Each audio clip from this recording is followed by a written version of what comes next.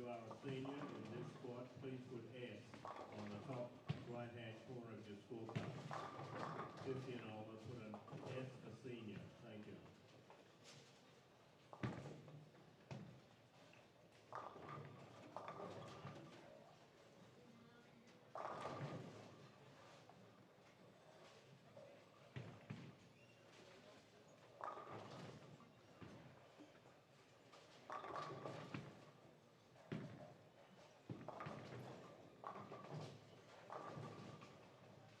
Minutes.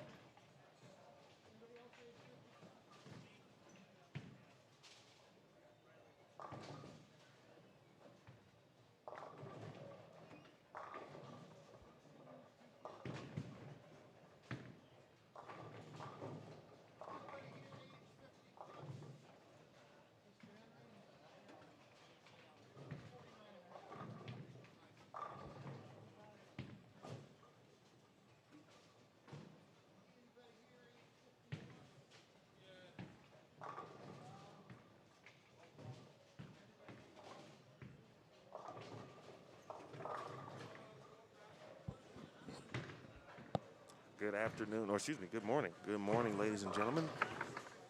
Welcome back to Bowlstream TV. Appreciate your support here on YouTube. My name is Emil Williams Jr. as we bring you live coverage from the 17th New Mexico Open from 10 Pins and More Bowling Center, Rio Rancho, New Mexico. Big thanks to Steve Mackey, his wife Dana Miller Mackey, Mike Miller, of course Jeff Himmer as well, all of the staff for continuing to run this great event. $10,500 to the winner this week. I am doing a quick audio check, so for those of you who are watching currently, and I see we have 20 already this morning, we appreciate you for waking up. Depending on where you are watching in the country, we'll talk about that in a minute. If you're familiar with the event, 8 games of qualifying across 16 games. If you start on the left lane, you're going to move one left. You start on the right lane, you're going to move one pair right, so on and so forth. I believe we've got about 28 players on this first squad. This is squad 1. Squad 2 will begin at 2 p.m. Mountain Time. Big thanks to the sponsors here of New Mexico, or the New Mexico Open. Petrie, Buick, GMC, Kia, Principal Financial Group, Mr. Jim Wimple, one of the representatives, Century Bank, Shamrock Foods, Miller Lite, and just a ton of sponsors who continue to support this great event.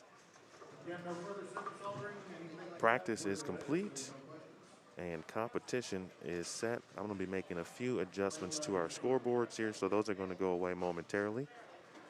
Do not worry, do not fret. Now that we have them all set and how they will look on the screen, we can make our final adjustments.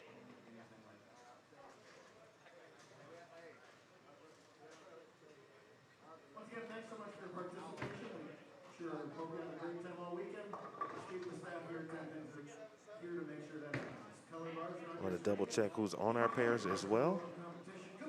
I was down there, but no one had chosen the letter they wanted to be yet. And now that that is complete, we'll get that all taken care of for you as well. Great to be here. Let me just tell you right off the bat, if I do sound a little bit muffled, the state of New Mexico, and like many states across the country, have re-implemented the mask mandate. So anyone indoors must wear a mask, and all of the participants, staff, everyone in the building, including myself, are all masked up.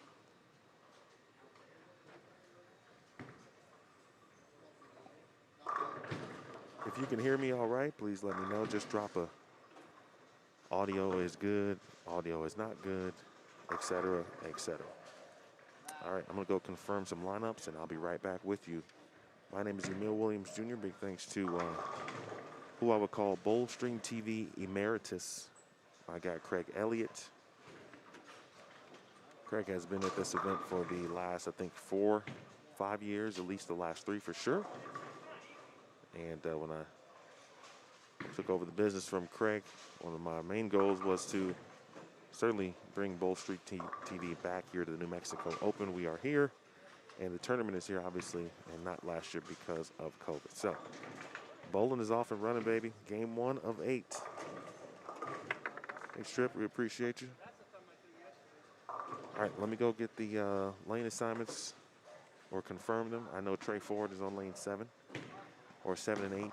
Ken Clayton, one of the seniors on this squad. Some cool things they do with high games that are included in the entry fee. So even if you don't make the cut to the top 32, there's a possibility you could still make a few bucks, and that's pretty cool. Back with you in a moment.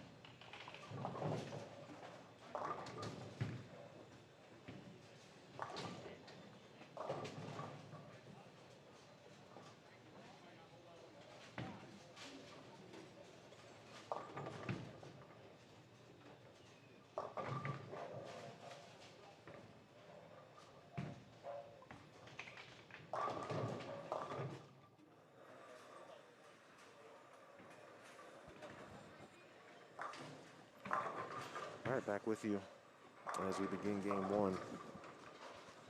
Excuse me. One of the things that the New Mexico Open is certainly known for is its difficult lane condition, along with what generally is a very generous top prize this week, or this weekend. It's $10,500. But you earn that prize check. You earn any dollars that you make because of the lane condition. It's a secret. No one knows what it is except the staff, the creators.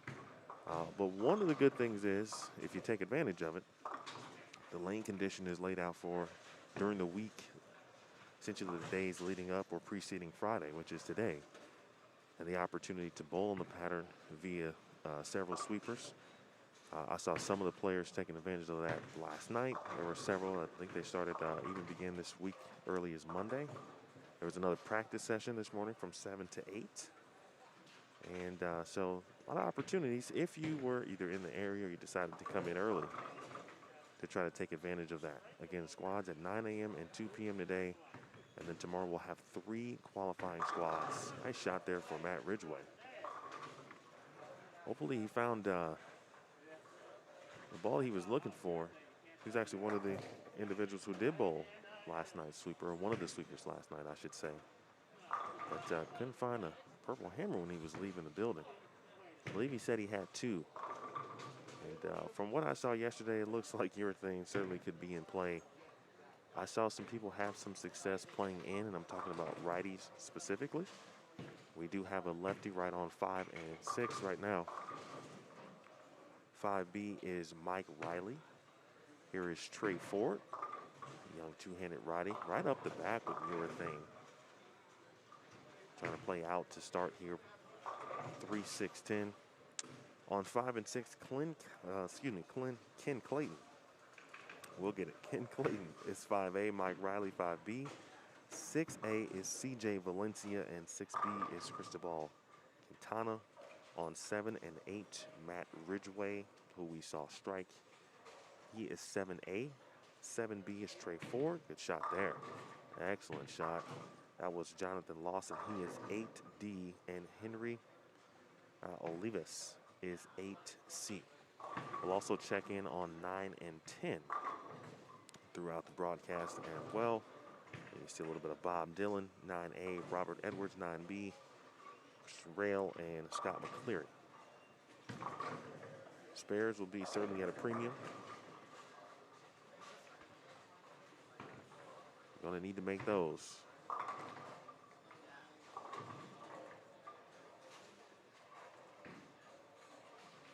This squad, 28 players on squad 1. Steve said last year they had 8 players total in the early squad. 8. This year, up to 28. And at the moment, 203 total entries at the moment. And that is across, of course, 5 squads of bowling. Squad 2 this afternoon right now with 42 players. And squad 3 tomorrow at 45. Squad 4 will feature 46. And squad 5 will feature 42.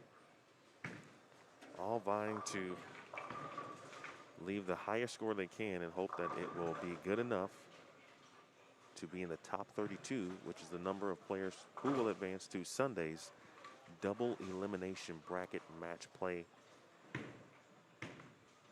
There'll be 2-game total pinfall matches on Sunday, certainly in round 1, and then all winners bracket matches after round 1 will be 2-game total pinfall. If you fall into the losers or contenders bracket, we'll be having 1-game matches until we get to the top 4 for the finals. Pretty excited to be here. If you haven't already, please share.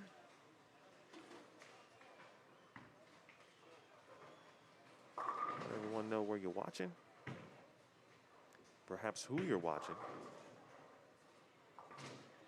We got a long weekend of bowling, certainly, and I appreciate you getting it started with me.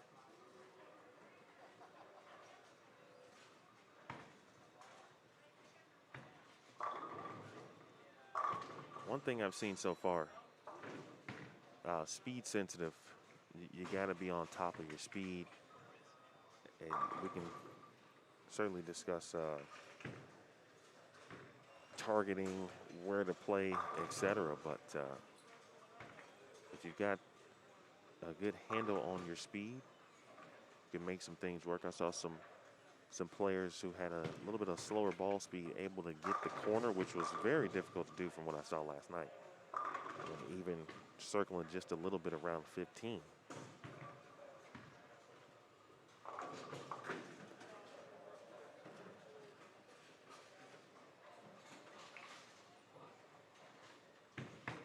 That's a good question there, Trip, and one I do not know the answer to.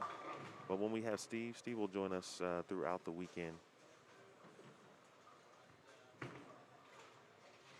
We will. I'll remember to ask him that.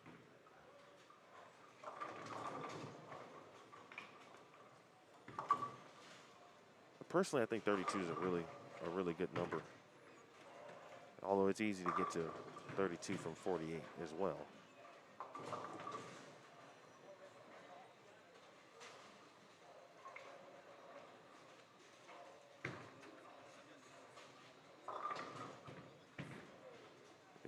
Look at Ridgeway. Uh-oh.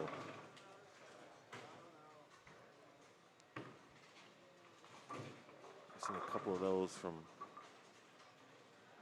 this squad so far, and it's probably going to happen. It is part of this pattern, although it looked like maybe, I won't say he hit his ankle, but it looked like something happened at the bottom that caused that.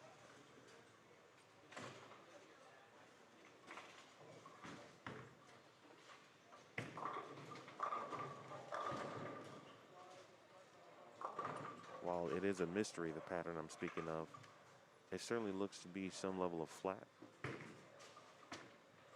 So I do expect players at some point, and definitely in an 8-game block, but we might see some players start in, and there may be some loft and caps at some point this weekend. Steve said he thinks this might be the lowest score, or the cut might be the lowest in the tournament's history. So we'll see what happens.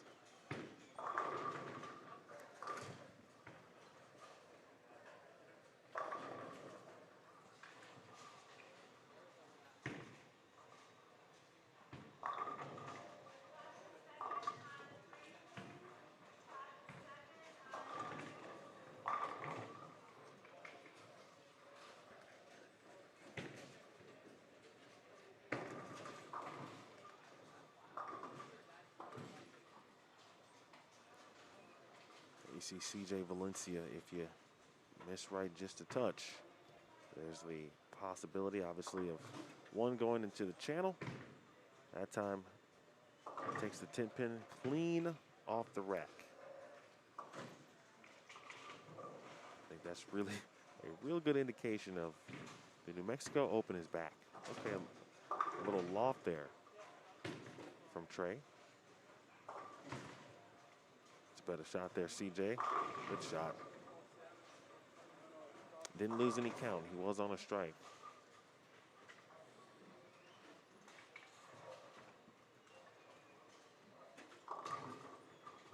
Wow. He owed 1,789.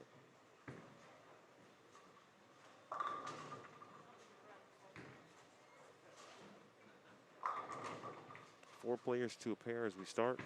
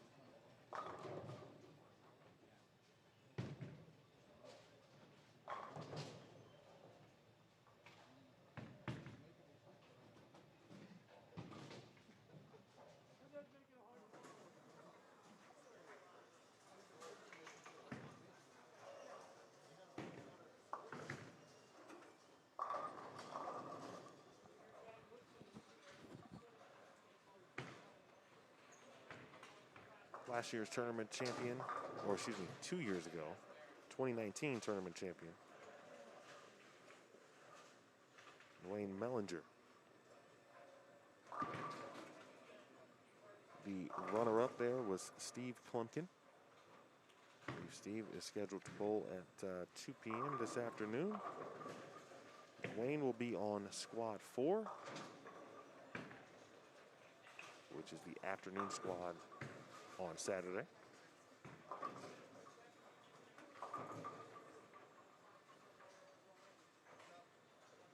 Live from Rio Rancho, New Mexico. It's about, took me 30 minutes to get here from the Albuquerque International Airport.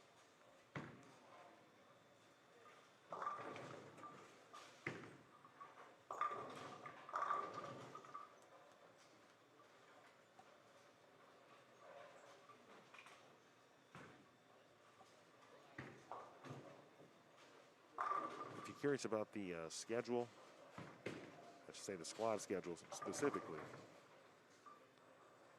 again, check the description.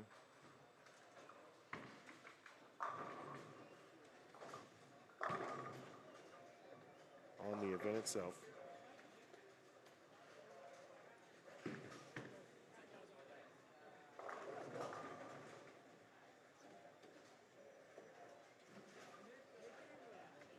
Again, tomorrow, 7:30 a.m., 12:30 p.m., and 6 p.m. Qualifying times, 9 a.m. and 2 p.m. today. Uh-oh.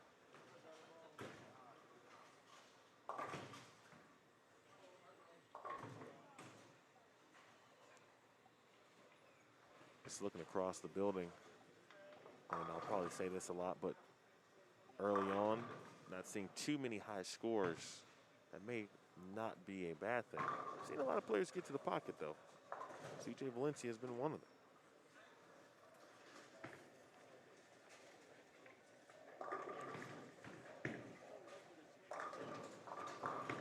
Steve does a great job of getting local players to compete.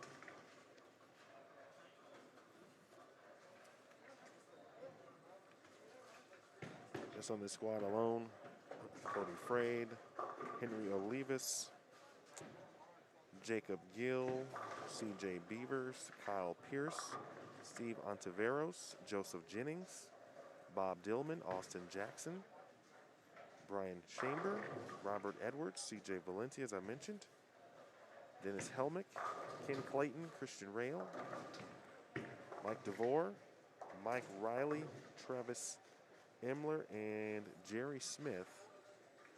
And not to leave out Angelo Espinoza, all from New Mexico.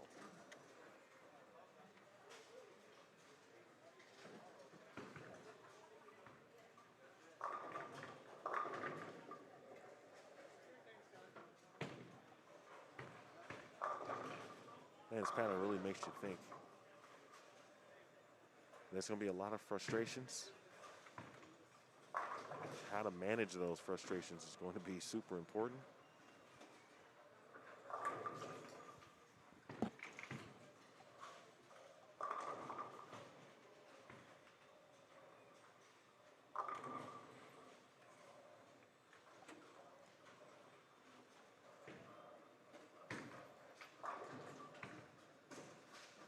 Not a bad idea there from Jonathan Lawson. Problem is on other patterns, and these are HPLs, which typically hook. Nice spare for Trey Ford, just one strike, but Trey remains clean. HPLs typically have some hook on that one board.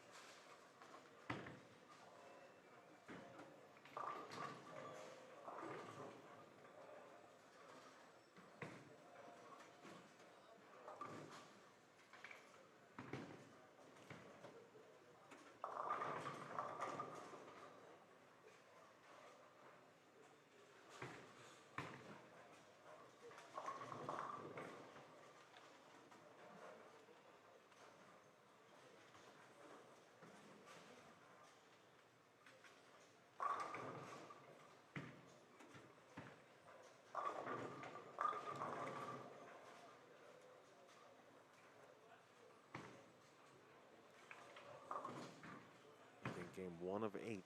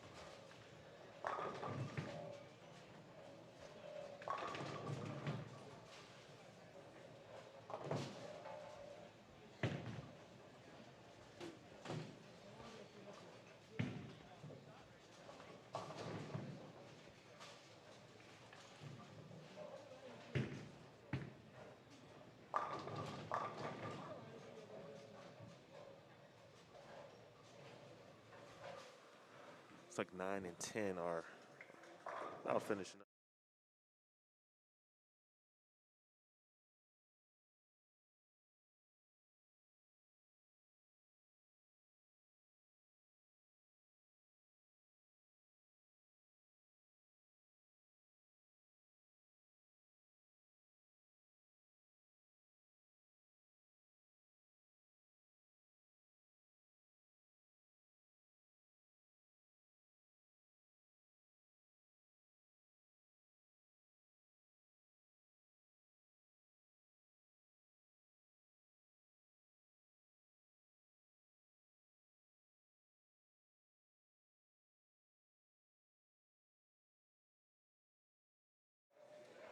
Brighten that joint up a little bit. Then over on 5 and 6, 202 from Ken Clayton.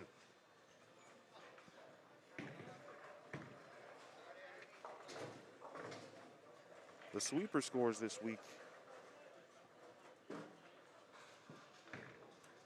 There were a few plus scores, according to Steve, if you followed him on social media. Best shot of the match there, or the game, for Trey Ford. Kind of the same idea that Jonathan Lawson's trying to do here. There you go. That's what he's been looking at. He's been trying to do that all day. And so now, these players putting a potential blueprint out. There's going to be some players who are going to bowl at 2 and at tomorrow who can play the gutter. They can play in. I'm not saying they're going to make it look easy, but they'll make it look a bit more playable. Or we could come in tomorrow and this would be a completely different thing. Get nice scores on 5 and 6. CJ Valencia, 185. Again, the 202 from Ken Clayton. Mike Riley, 5B shot, 157. First of all, Quintana, 187.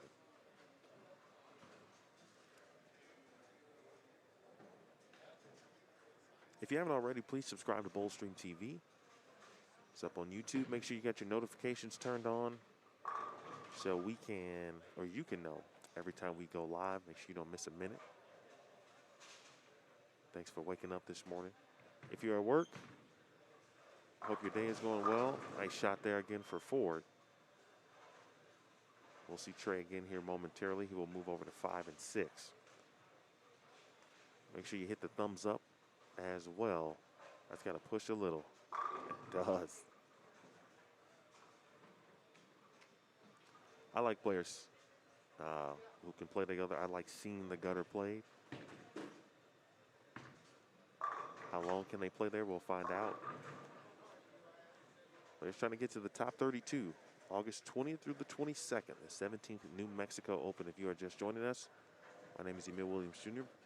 Thank you to Steve Mackey, Anna Miller Mackey, Jeff Himmer, and Mike Miller, the entire staff here at 10 Pins and More. Great center, 24 lanes.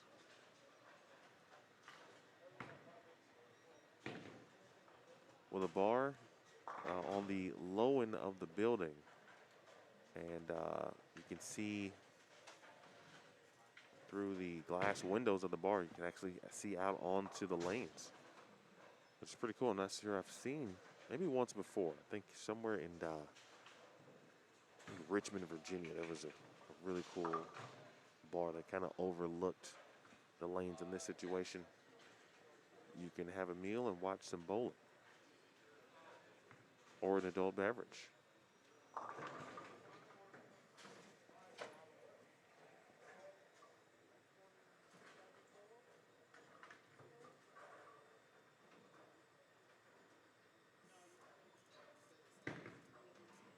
Hey Gus, appreciate you tuning in, by the way. And Trippy, I'm gonna ask him about that. He's curious. But Gus, the pattern is a secret. And this event is known for having tough conditions, which means you earn every dollar that you get. First place is $10,500. So if you're looking for a challenge with an opportunity to add $10,500 to your bank account, this is the place for you.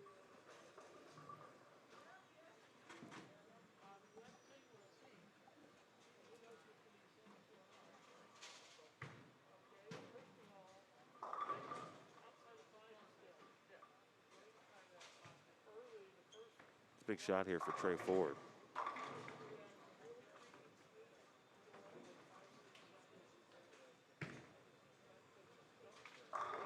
Good shot. That's going to get him into the two teens.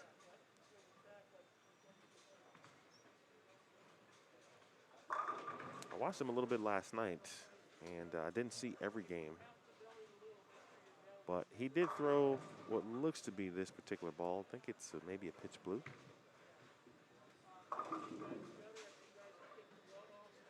I'm not sure he played where he's playing right now. And if he did, I just didn't see it.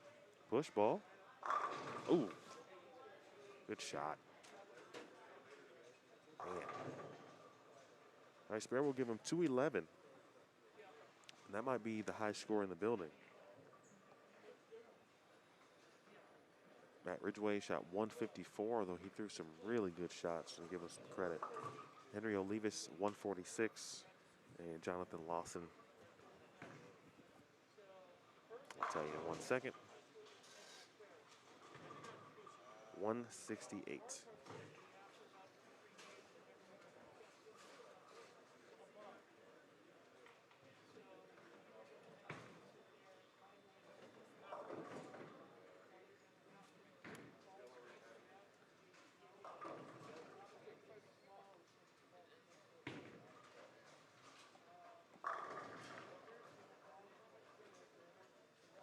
We're heading to game 2.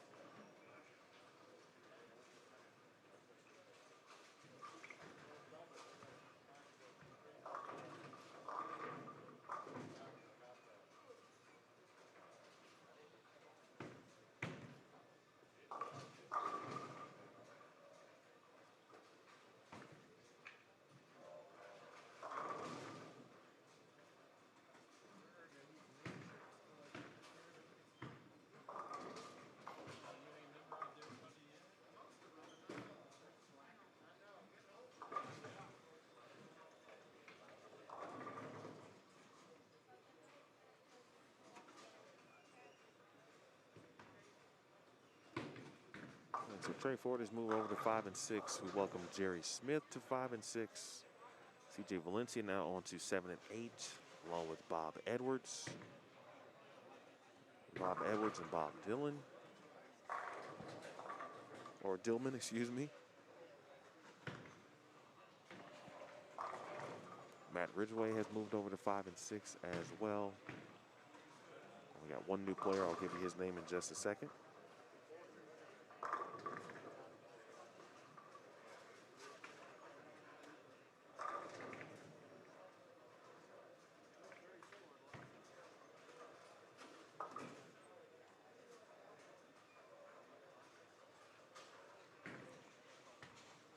Deadwood pick up.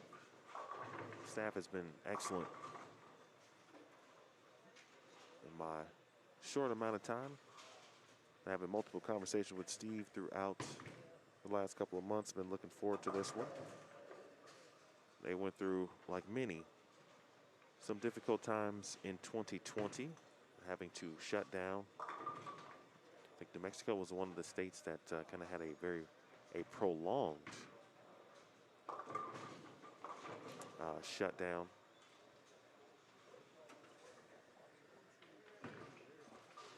If you are watching and you wouldn't mind, just let me know where you're watching from. Just want to know who I'm talking with and enjoying our Friday morning qualifying squad here.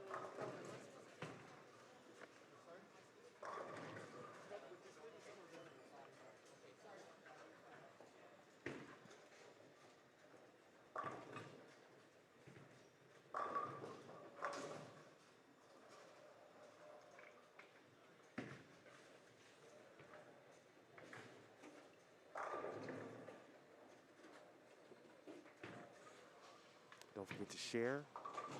Hit the thumbs up, subscribe as well. It's a big bowling weekend, actually. TBA Chesapeake Open. That's going down. I believe the 11thframe.com Open is also going down this weekend. And obviously not to mention any other particular tournament. On the PWBA side, the Spokane Open is ongoing on Bowl TV. PBA on Flow Bowling, that is. You got the New Mexico Open here on Bowl Stream TV. So if you are a bowling fan, this is your weekend.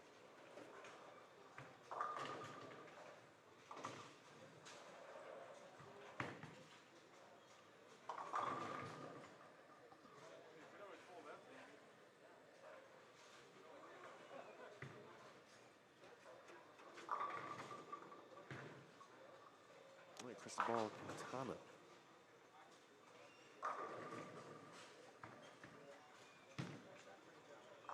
About to step up here, 8D, his lane, his letter.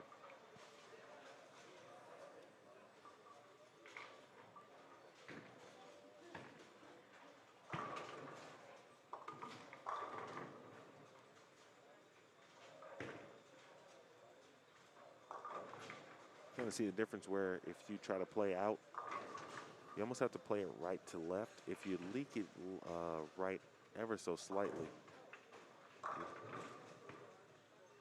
you could leave that. Now, he got some pins, as you see Matt Ridgway off to a very similar start that he had in game one. Game one, he went strike, spare, strike. Here, he's got the front three over on 5.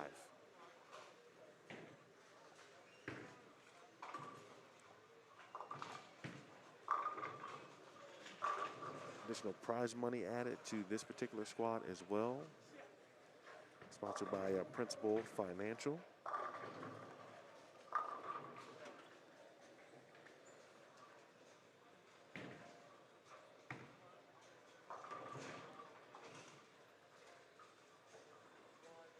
Trey Ford, after shooting .211. 9 spare, 9 spare strike. Said he's bowling today. And then he's driving to Oklahoma City, I believe, for an event, and plans to make his way back.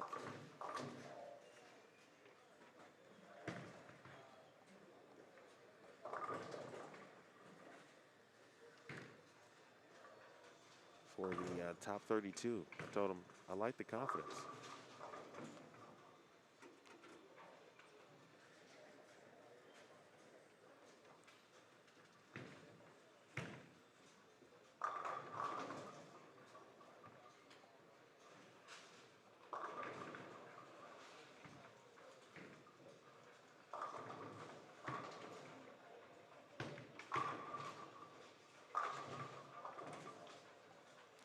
So far, CJ Valencia, Trey Ford the third.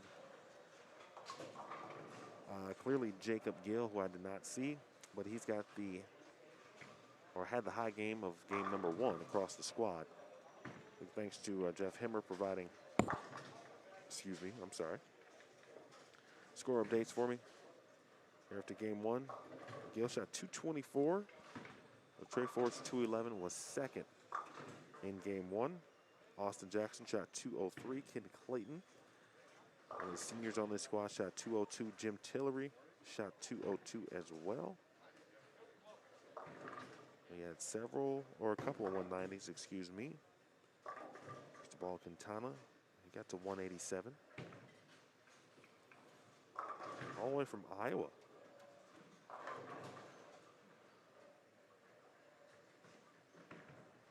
And Valencia, we talked about 10th right now after one game, 185.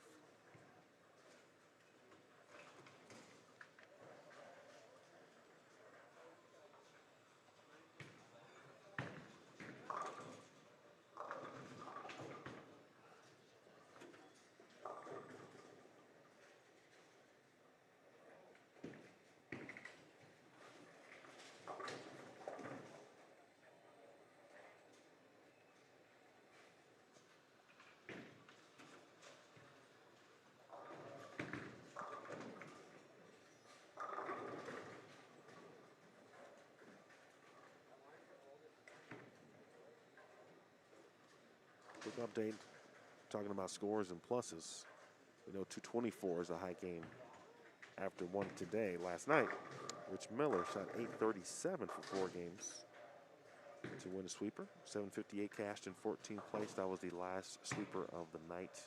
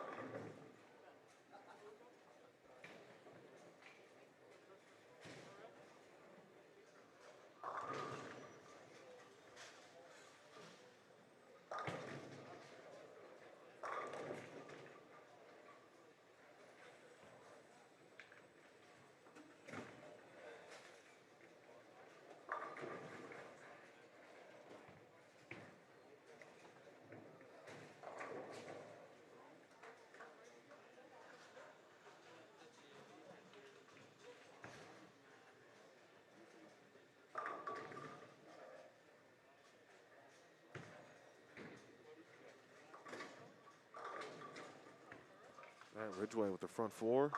Make it the front 5.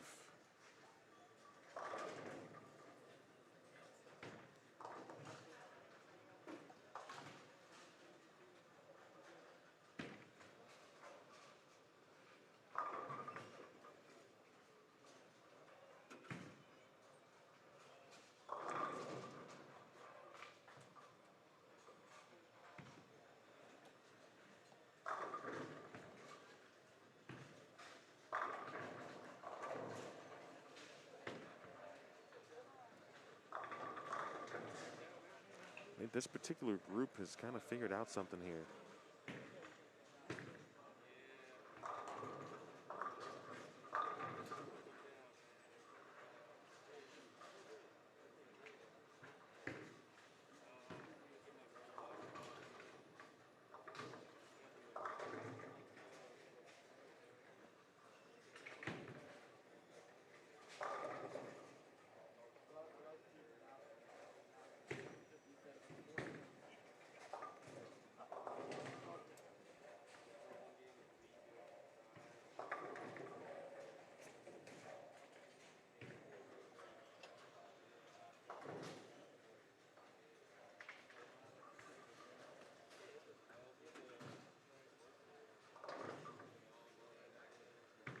Rare open frame there.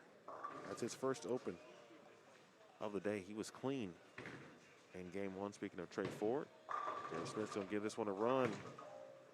Really good shot. And now that's his first open.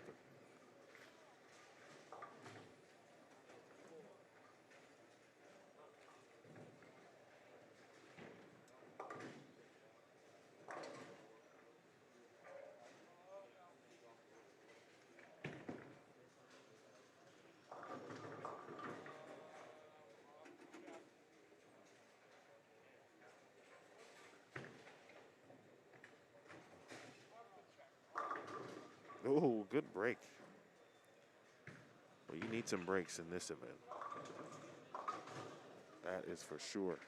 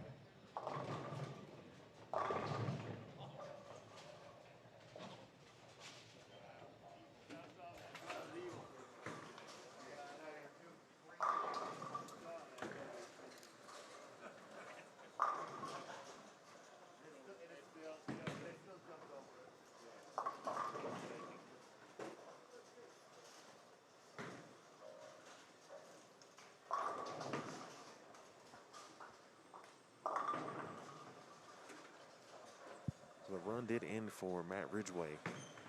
Went 9 spare in the 6th, 9 spare there for Trey Ford.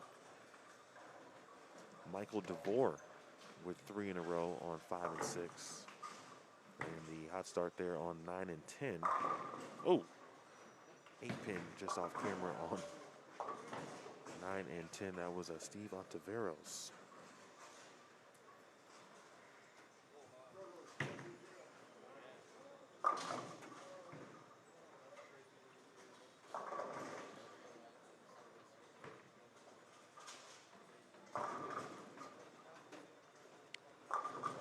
Miss left there immediately, and that's where you see the flatness of the pattern come in. He missed left in the middle of the lane, and that ball had no chance. Leaves a 10 pin.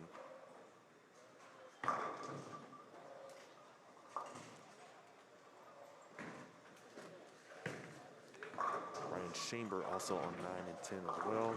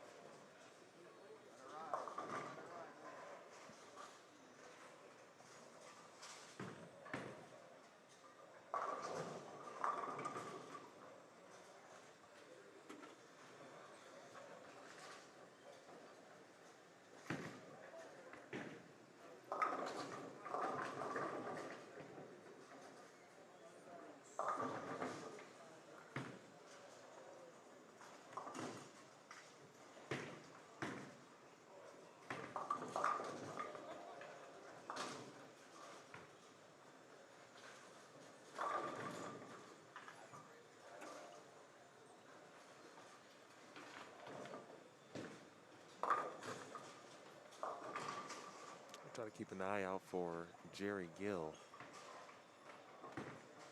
We anticipate the squad to finish up pretty quickly overall, like in 8 games, with just 28 competitors.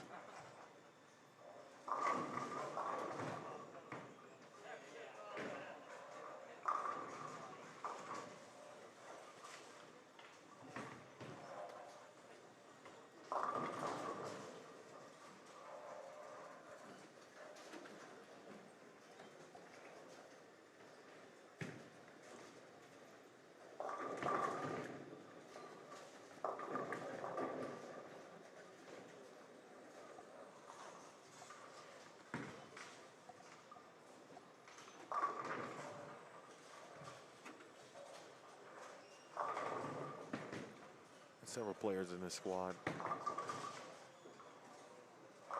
are or have been or were in the military.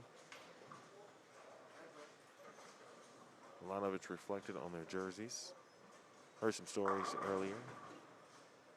Maybe some people bowling who haven't been in the area in about 15 years or bowled the event. They've been stationed elsewhere. Some players were actually overseas.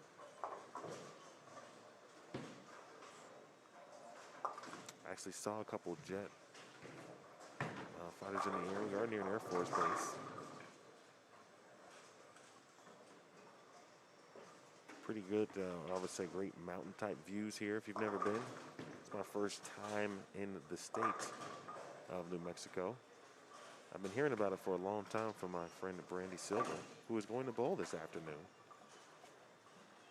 And I get a chance to experience it here. Here's Trey Ford. Pin carry.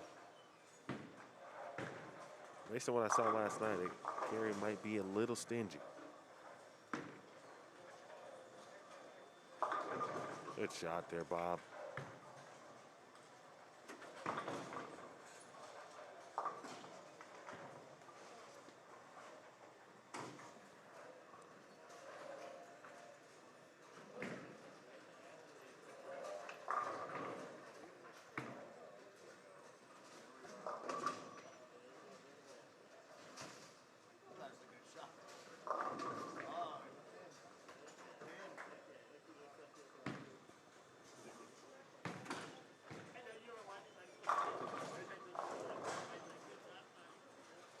Good example of that was over on lane 3.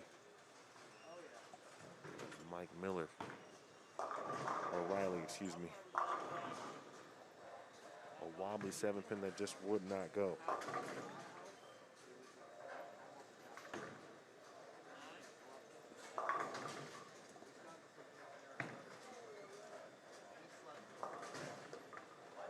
I'm gonna check on that standings. I missed some good mornings. I apologize for that. Zane, I will find that out for you and see how close Joseph will get and when he will hit the lanes. He will, I'm sure.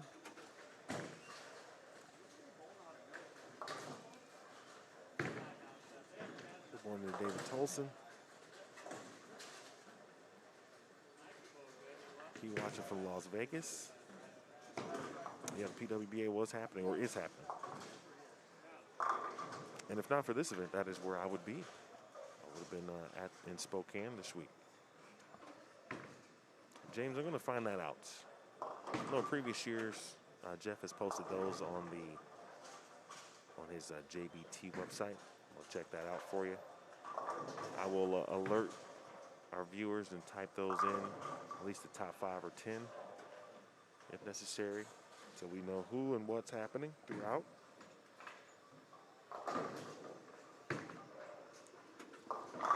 Hey, Joe, that was my next thing, man. The green chip. Brandy loves green chip. So I got to give it a whirl.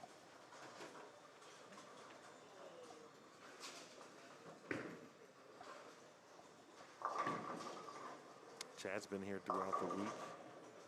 Bowling a couple of items, I believe, too. Hello, Chad.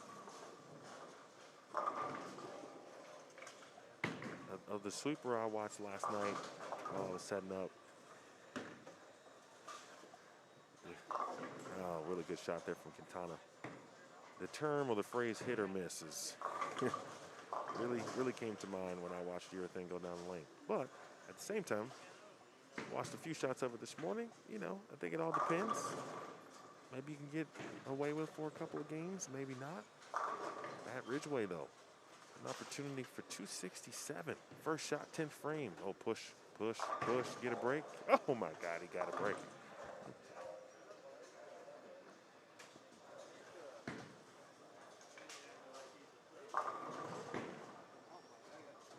Hey, man, when you get the breaks, you got to take advantage, as we all know. We're going to try to give this one a run here. Oh, and the 5 did bounce. It hit the 10. It did not fall, however. And unfortunately, back-to-back splits. And DeVore looked like he was really starting to put something together in the middle of that game. He shoots 171.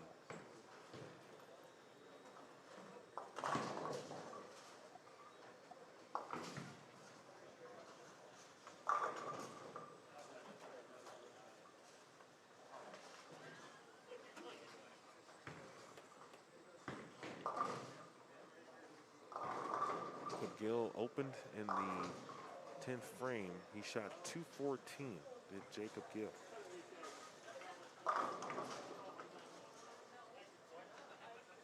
Our guy Jerry Smith, as Ridgeway missed left again.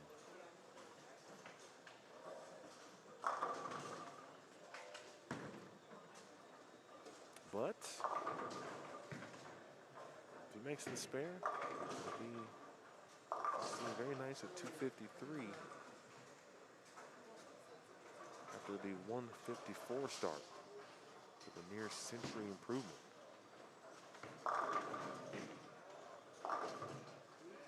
Spare pulled out the plastic ball. 253 for Matt Ridgeway. Valencia, that's got a hook and does. You'd have to think at some point over an 8-game block, a little spot of friction would develop in the outside part of the lane. And I think we're starting to see it already.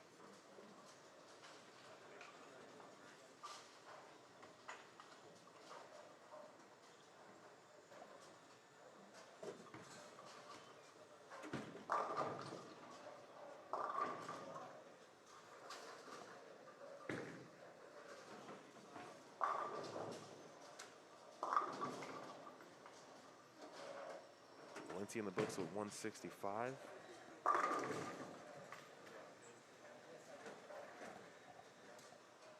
Dillman with a real nice 197. And the bowlers I was talking about earlier, sporting his military bowling championships jersey. That actually just took place in Vegas in the last couple of weeks at South Point.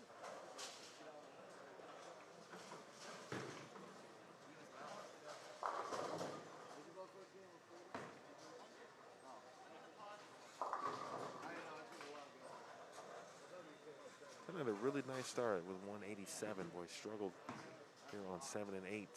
Took a little bit there for Bob Edwards. He'll leave 9, and that is 186. So I think overall, game 2 saw some improvement in most scores on average.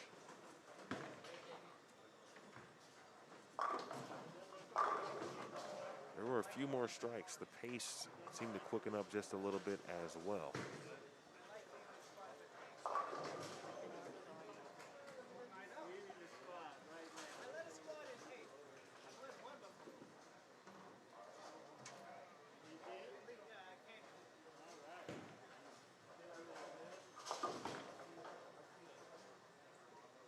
There it is.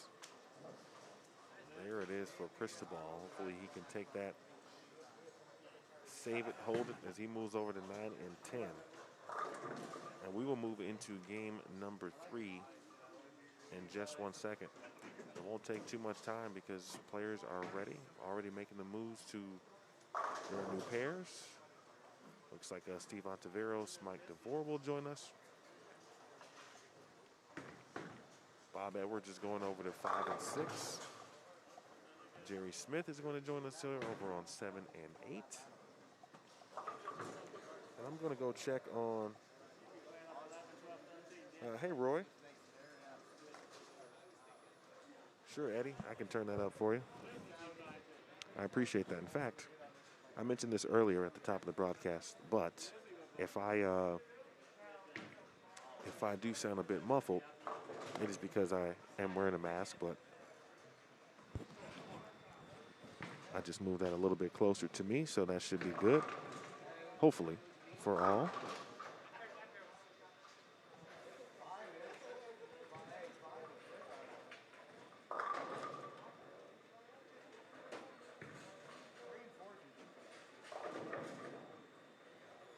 No problem, Roy. Appreciate you, though.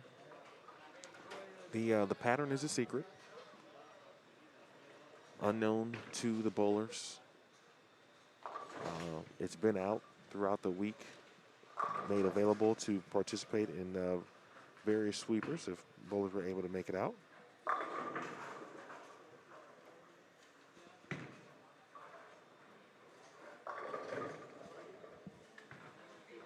It's definitely flat. There is the, not even the impression, but there is real opportunity. We've seen gutters happen already. If you miss right, you could leave 3 off the right. You could take the 10 pin off, or you could throw it in the gutter. If you miss left, especially in the middle of the lane, it could go well past runaway Brooklyn. From where we are, let's see, runaway California, basically. That's how far west it's going if you miss left as a right-hander.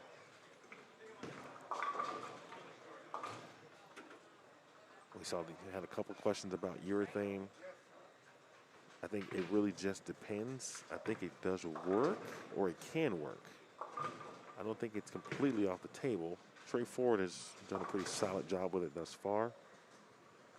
We've seen some other players kind of have some success, but shot to shot. I can't say it's been completely consistent. I think Trey has been the only player that I could visibly see and recognize urethane off the top of the dome, and say that he's been pretty consistent through that overall, through just 2 games. All right, let me check on. Who had a question? Zane had a question about Joseph Jennings. I'm going to go find out where he started. Well, first I'm going to check the squad list. All right, so there's Joseph. I'll be right back.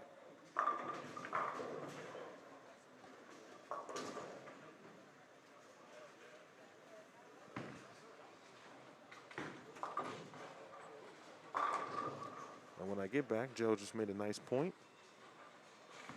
I think Chad has bowled a few as well. If anyone watching has also bowled the sweepers, then I would love your input, like Joe has mentioned. Chad mentioned a little bit earlier about your thoughts on the lane condition. Back with you in a moment here. My name is Emil Williams Jr. This is the New Mexico Open, the 17th run-up of this wonderful event from 10 Pins and More in Rio Rancho, New Mexico.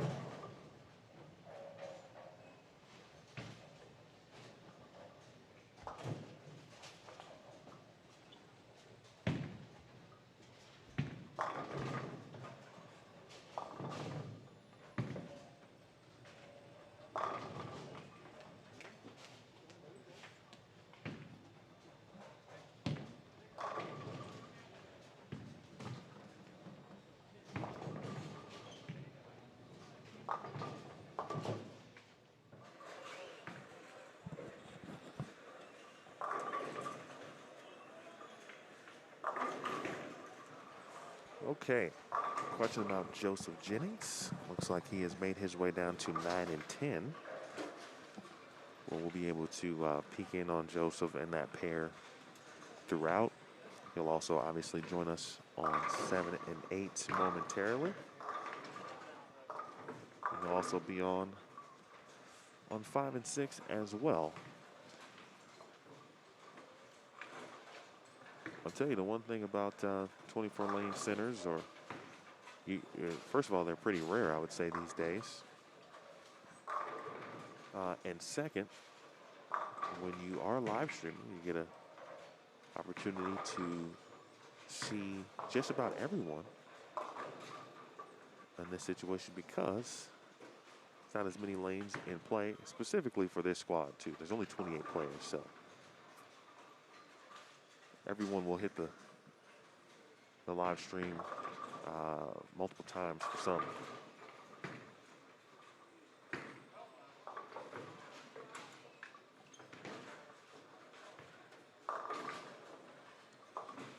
And so Jerry Smith, Brian Chamber, Steve Ontiveros, Mike DeVore. Man, Michael. Bob Dillman has made the move left. Bob Edwards. Speaking of 5 and 6, Cody Frade. Make sure I get the correct pronunciation there for Cody.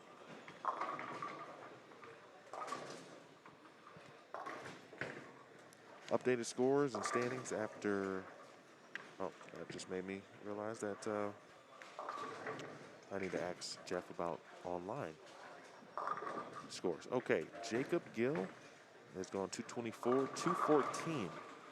I mentioned that, but he opened in 10th for 214. He's at plus 38 to lead the squad. Trey Ford is second, 211, 204. Trey at plus 15. Ken Clayton, one of the seniors bowling in this squad. He's at plus 11, very consistent, 202, 209. Matt Ridgway made a nice jump from 23rd to start after game 1. He shot 253 as we watched. He is now plus 7. Chris Brunick, 190, 202, minus 8. He is 5th. Jim Tillery, another senior in the squad, 202, 184. He's at minus 14. Dennis Helmick, minus 15. Another senior, 175, 210, Bob Dillman. Bob Dillman, the southpaw on lane 5 right now, just crossed over for a strike. He's gone 178, 197. He is minus 25. Travis Imler, 174, 194 at minus 32. And Scott McCleary, 10th place right now, 191, 176 at minus 33.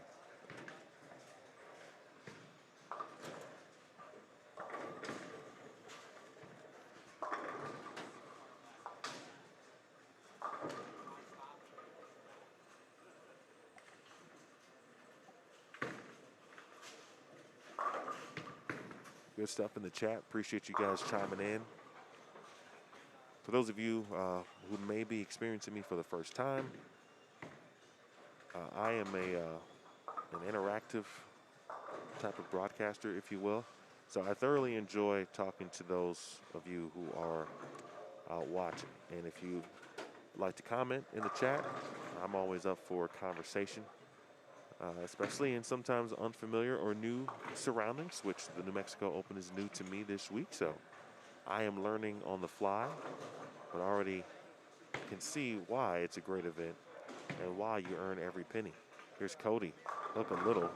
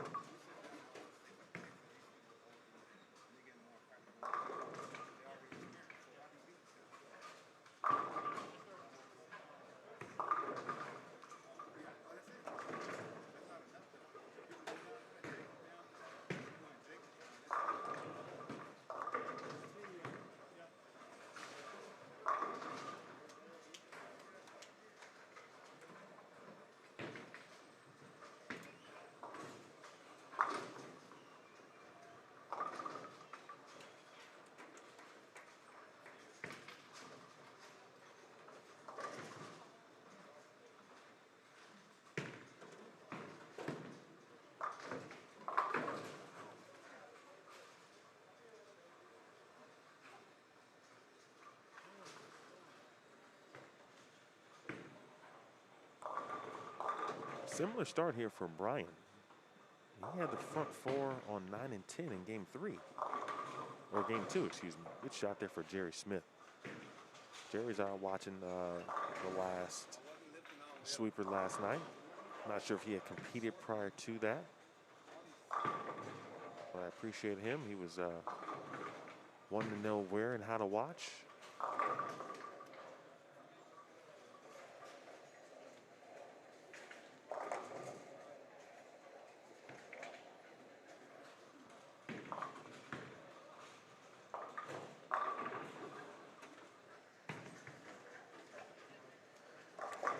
Jason said the pattern looks to be deceptive. I think that's a very good word to use. Very good adjective. Because there are moments where if you're throwing it well, this is just what I've seen so far, and I'm also going to take into my own experience as a player.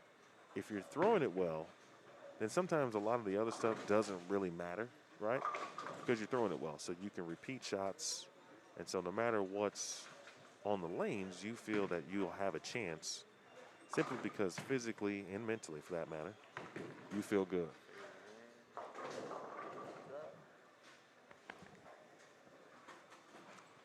You feel good. And, sorry, Steve Klumpkin was saying hello. And when you get a chance, Steve Klumpkin, you always say hello to Steve Klumpkin, Coach K. Nonetheless. So if you're feeling good, you know, you kind of take that into in account. On this, it's like, okay, I can throw a few good shots, and then you could throw one that literally is just like a half, maybe a board right, and you're taking off the 10 pin. Or you miss left, for that matter. And you're hoping to find some carry on the left side of the head pin if you're right-handed. Same if you're left-handed and going Brooklyn on the right. So it is very deceptive. It can make you feel like you've got a good handle on it, and you don't. It's one of those events so far where you've got to take what you can get on each pair. So if you manage to put a couple of good games or a nice stretch of games together on whatever pairs they may be, and you got to grind it out for the rest, the other 4 or 5 games, just to get to the top 32, that's what you got to do.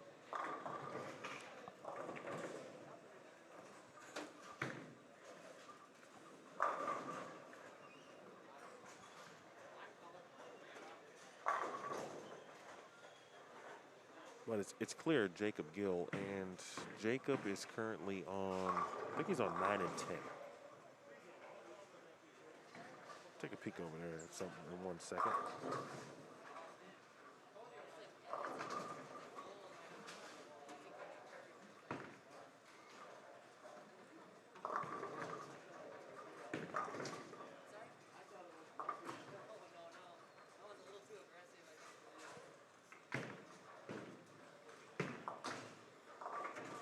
Also, if you see the floating scoreboard, as we like to say in the business, don't be alarmed. There are just a few folks obviously sitting at our tables. So that may happen from time to time, so don't worry.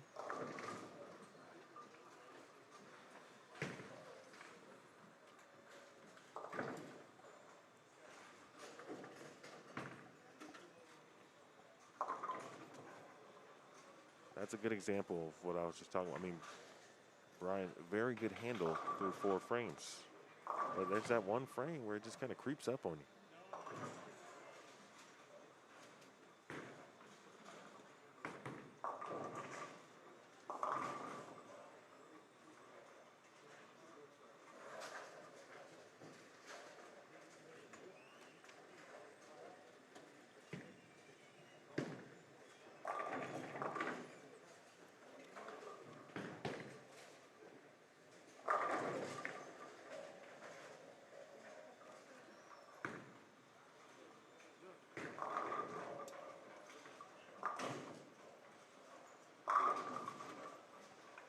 Speaking of urethane,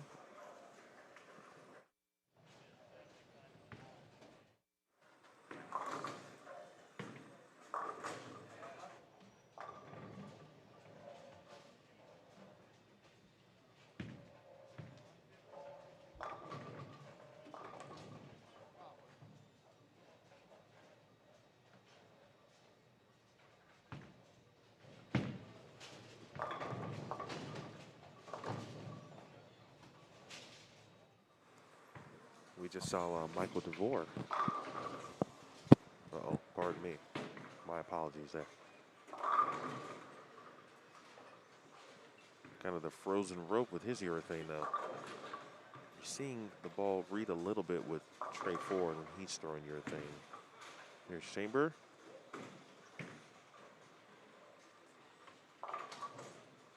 Well, you never want to see that one. Well, Brian may owe a lot of folks in the building a drink, some pizza, something. I'll tell you a quick story. After I give some hellos from the chat, I'll get back into that discussion. In fact, let's just finish that real quick. I'll be on the lookout for the surface stuff that Jason mentioned, as well as Joe. I don't think I've seen too much of that. And after last night watching, I'm like, oh, some people might need a shiny ball just to have in the bag. You just never know.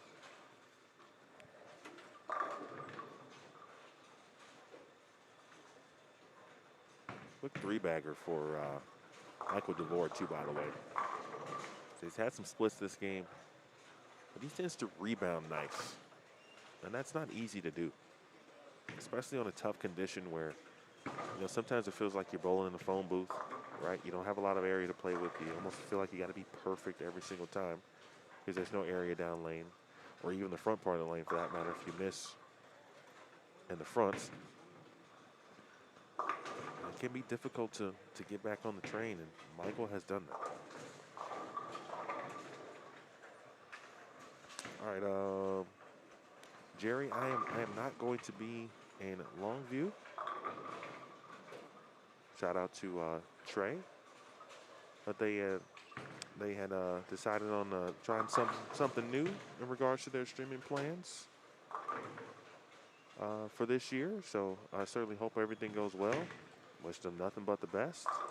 And in the future, I do look forward to either bowling or certainly representing Bowlstream TV at that event in the future.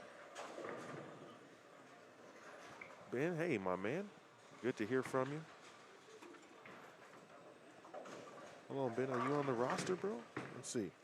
I mean, obviously, you'll tell me if you're bowling as Brian gets back on the strike train in the eighth.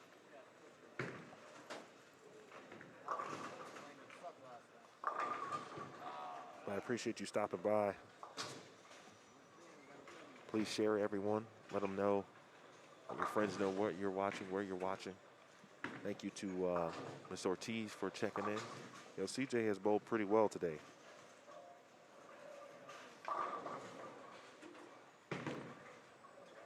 The scores may not reflect it. CJ has gone 185, 165, but I think he's had one of the best looks overall in the building in comparison. If he can put a couple of games together, like that 3-game stretch that you need, might put himself in contention to get to the top 32. Always a pleasure to have Fran Deacon in the chat and watching along. Thank you very much, Fran. Steve and Dana have been obviously phenomenal. Steve was, I told him I had some flight issues.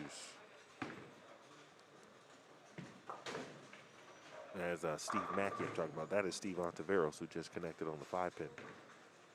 I had a couple of flight issues. I had to connect yesterday in Dallas. There was some weather in Dallas. I was able to make my connection. Actually, I had an hour delay, but it was like a random delay from Chicago. There was no weather in Chicago. But I was on like one of the largest aircrafts I've ever been on.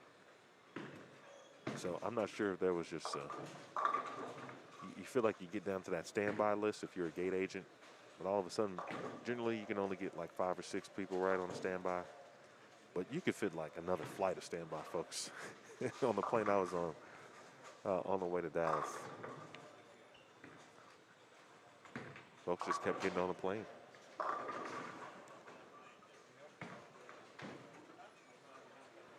So I had some issues, got to Dallas okay. But I got there okay, mainly because the weather in Dallas forced the delay of my connection to Albuquerque. And so I was able to make the connection to Albuquerque, but my equipment did not arrive on said flight. So I had to alert Steve, and I loved his message to me, the joys of travel. And I felt every single part of that statement right there. And speaking of Steve, let us welcome in the brain trust of the New Mexico Open.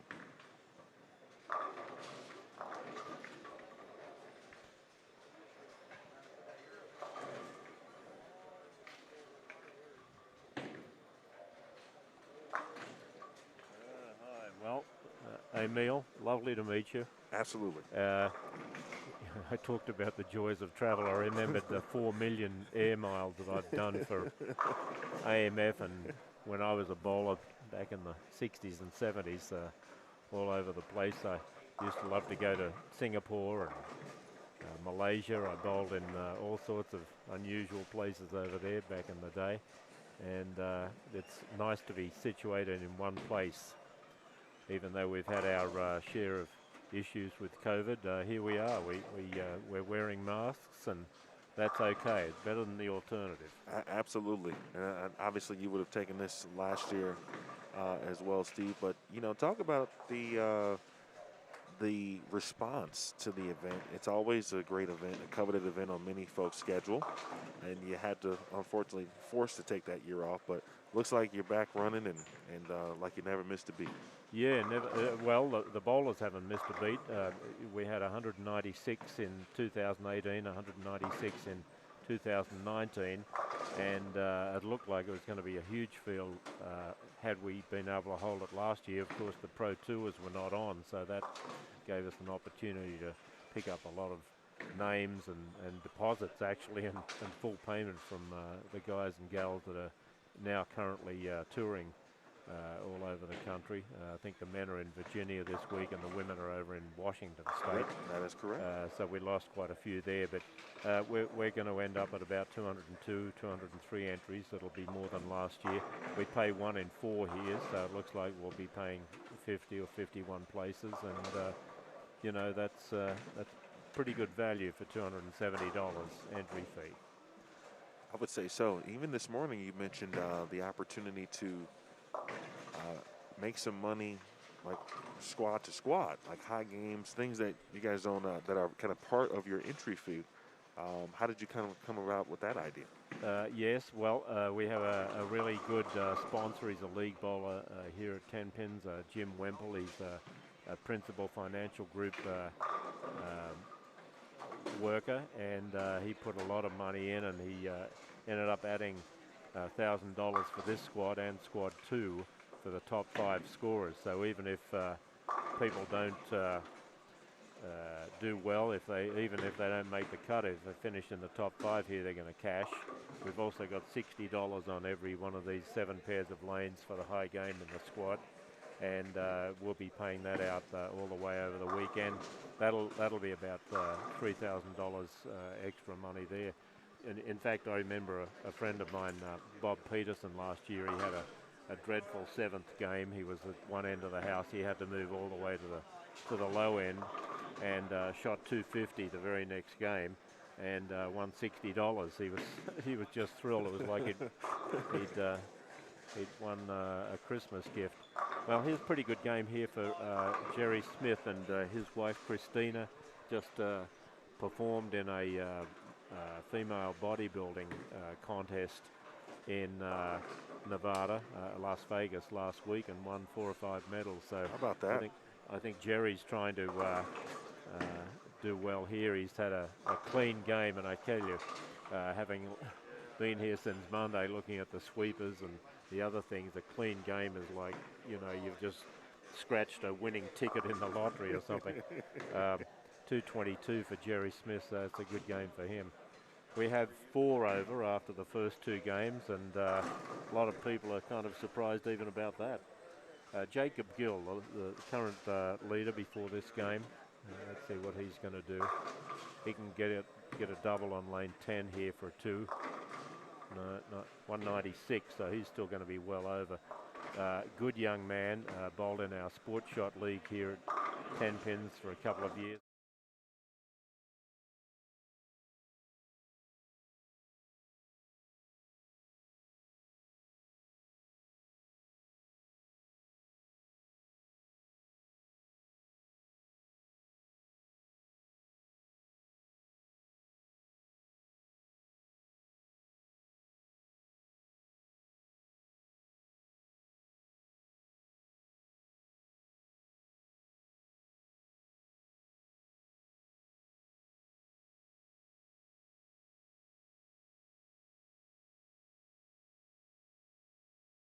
Jacob Gill. So that's about as consistent as you can be, except for if you're Ken Clayton, who shot 202, 209 to start.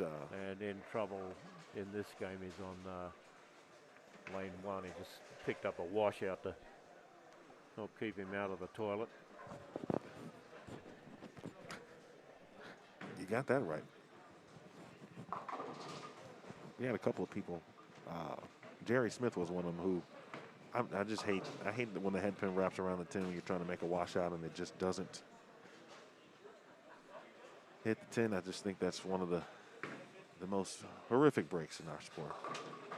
There's worse ones, certainly. But that one hurts too when you need a spare. Still got a lot of good folks saying hello to you. I want to make sure I get those in for you. William Stave says hello. Let's see, Peggy and Randy Nick say hello as well. Yeah, Peggy's down in Las Cruces. They're hoping to get a bowling centre reopened down there. They've been without lanes in the local area for a long time now. And Peggy's a high school coach.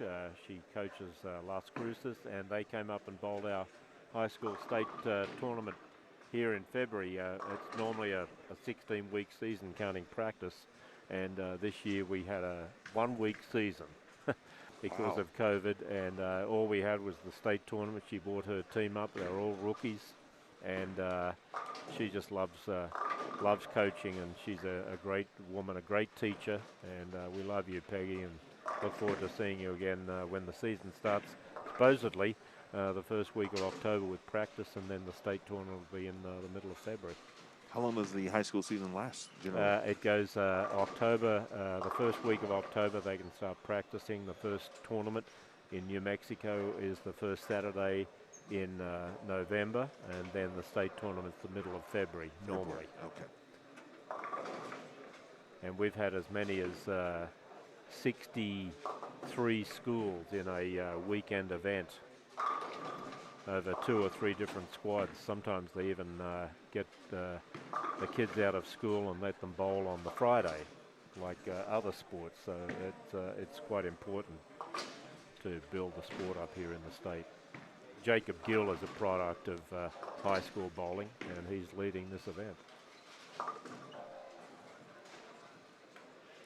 A bad ending there, 183 as we get down on 5 and 6. Yeah, I tell you what, that 5 and 1, that might come back and haunt him.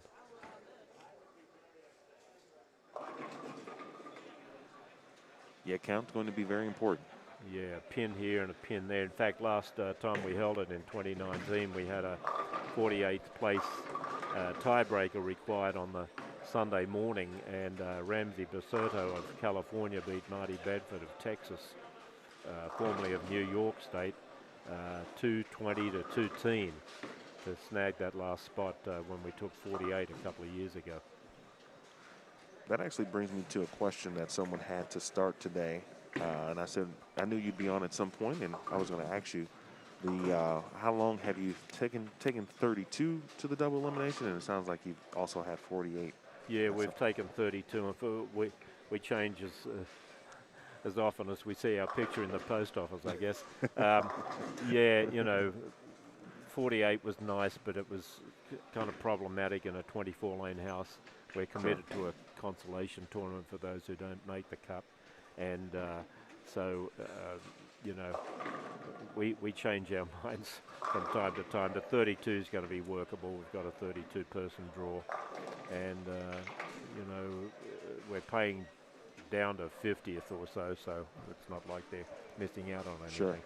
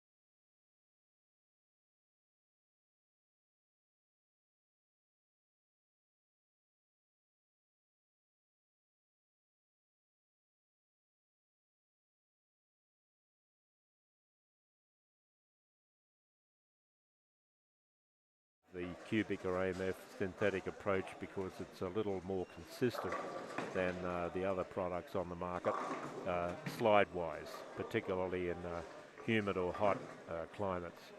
We get pretty cold here in winter. Approaches are pretty much the same here all the time. I tell you, I woke up and was pleasantly surprised to see it was like 68 out. I was like, oh, yes, this is great. And a little bit of a breeze this morning, yeah. Quite pleasant. Well, there's Imler with a strike on 10. Now this Michael Devore on lane 9.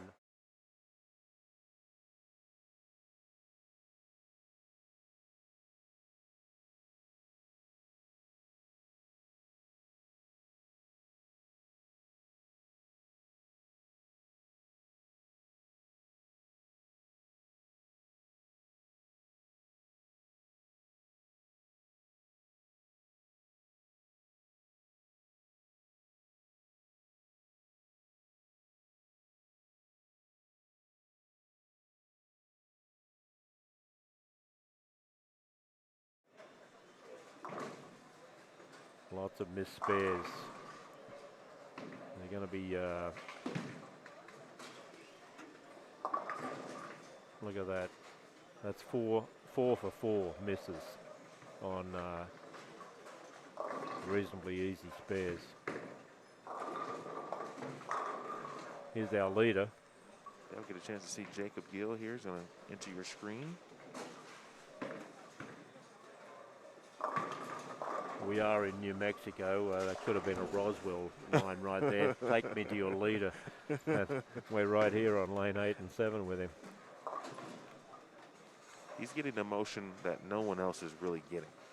He's getting his ball actually to hook down lane, which most players in this squad have not been able to accomplish. Yes, and he's got youth and speed and exuberance on his side. All of those big help. Now there's a shot for you, Michael Devore. Missed a 4-pin, chopped a 6-10, took the 10 off, and then spares the 4-pin bucket. Go figure. I complimented him earlier on his ability to recover. Last game he had went like split. He had, I think maybe 3 or 4 splits in a row, and then was able to manage a 3-bagger. Yeah.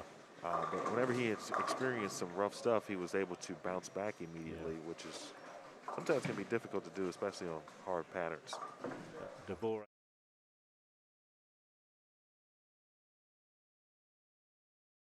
I imagine at one of the laboratories up there. Lives about 60 miles from here and bowls league here on Sunday night. But he's got to make spares along with everyone else. You've just got to make spares, and you've got to get good counts in the 10th frame, that's for sure.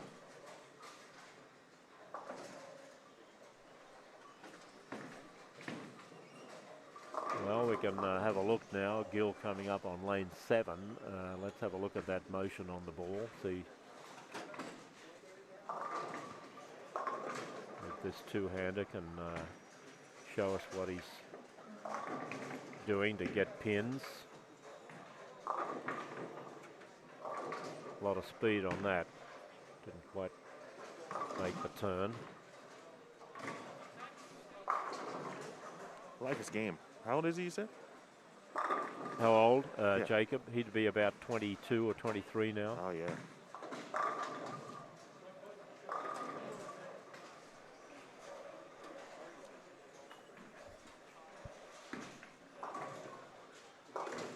Throws very straight for spares, does Gill.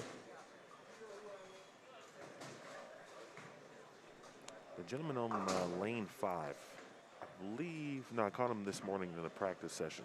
And I think he was throwing this very ball. And he did a lot of that. Yeah. Well, he needs to do a lot of that. He just surprisingly missed a 6-10. Jimmy Tillery lives up in Creed, Colorado now. He's a Rio Rancho son of this city. He was the coach at Cleveland High School bowling team, and he and my wife, Dana Miller-Mackey, who was the coach of the Rio Rancho Rams, they had a terrific rivalry for about 4 or 5 years there, and they pretty much went 3-3 in 6 state tournaments. up against each other with their young folks. Jimmy's a good student of the game and a very, very good coach. He's got a pretty good motion as well. In fact, he bowled quite well in the sweeper last night. He'd been here a couple of days and found something last night. Started with a turkey here. Tell you what, a 5 or 6 bagger, that's really good news.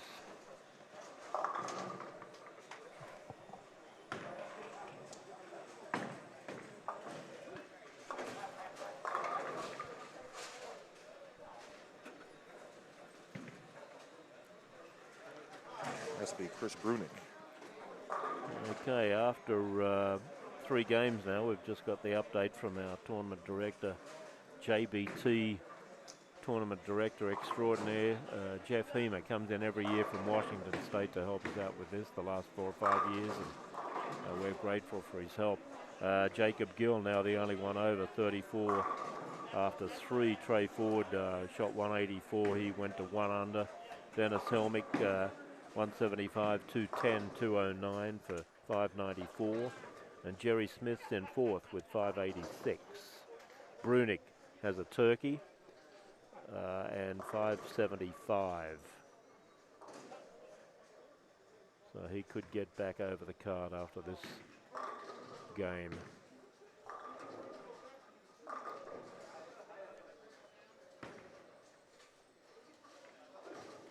And a nice spare there for Coach Tillery. Not happy with his first ball, but that's a pretty good spare here, the 5, 6, 10. Easy to leave with these wild back ends.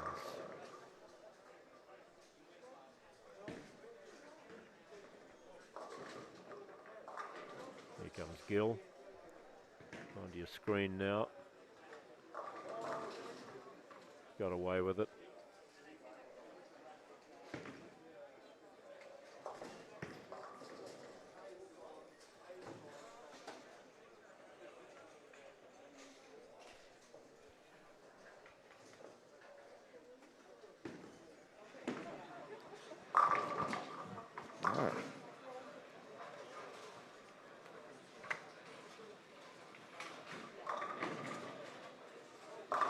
Imler on lane 9, that's a 4-bagger for him.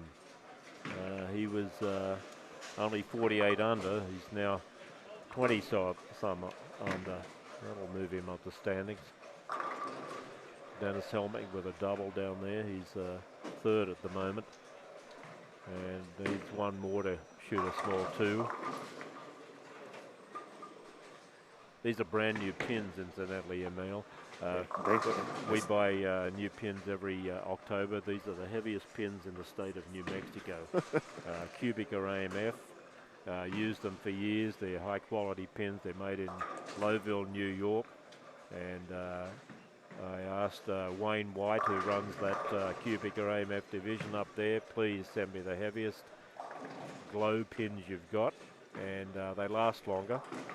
And most of the other houses in the state are 3 5s and 3 6s. Any particular reason?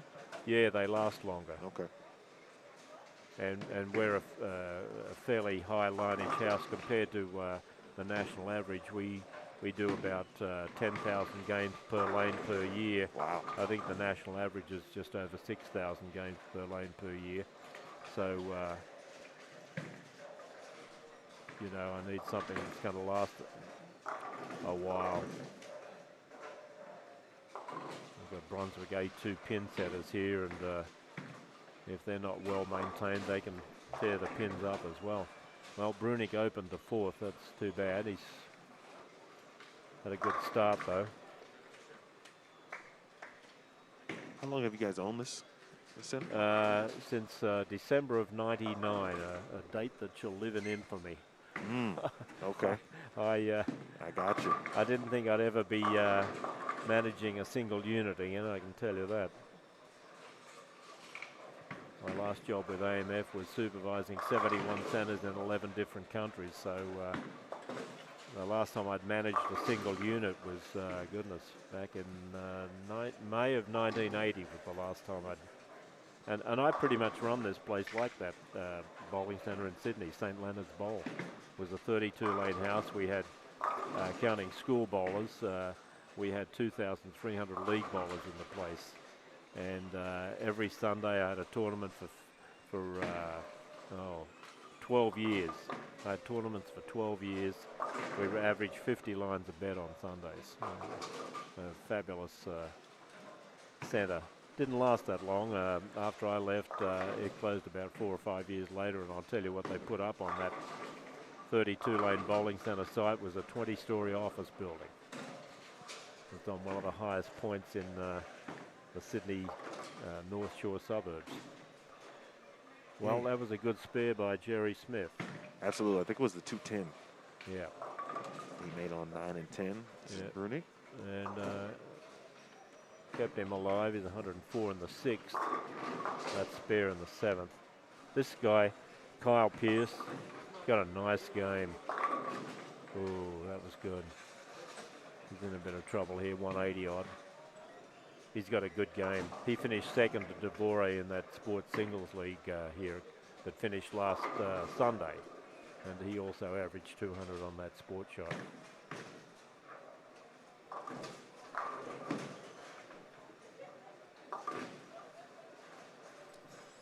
It's a really good shot. Like his game, like his release. That's got a hook though. Oh goodness. That's his third big open this game. And you know, it's pretty miserable looking up the scorecard and you've got to get a 4-bagger to shoot 193. That's not exactly the stuff dreams, more like nightmares are made of that one, particularly on this shot.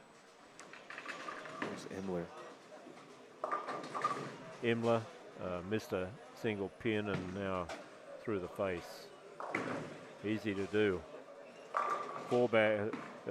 This place here, 4-baggers on this shot are turning into 190s and 2-0s quickly. It's hard to get confident on a shot like this. Yeah, you can never let your guard down. Yeah. Like you're always on the offense. And then many times you find yourself playing defense because you don't know what to do. Really hard to be offensive on a tough shot. Had some folks in the chat talk about some of their experiences bowling the sweepers this week and which equipment or type of equipment could be in play. We were talking about urethane. And it's still going down the lane for some, not all, certainly. As we watch Jacob Gill.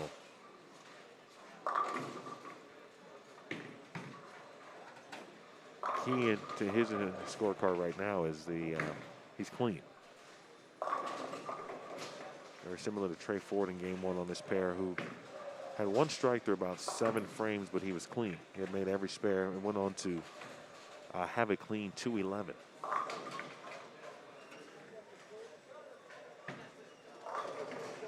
Clean 211. That's tiring, even thinking about it. Good cover for Gill. Trey at -1 again. Gill at +34. That is through 3 games. Bowlstream TV. Thank you, by the way. I already said this multiple times, but thank you for having Bowlstream TV back. And on behalf of what I call the Bowlstream TV emeritus, Craig Elliott, we appreciate you. I appreciate you. And, emeritus. Emeritus. I bet he's never been called emeritus. I don't think so.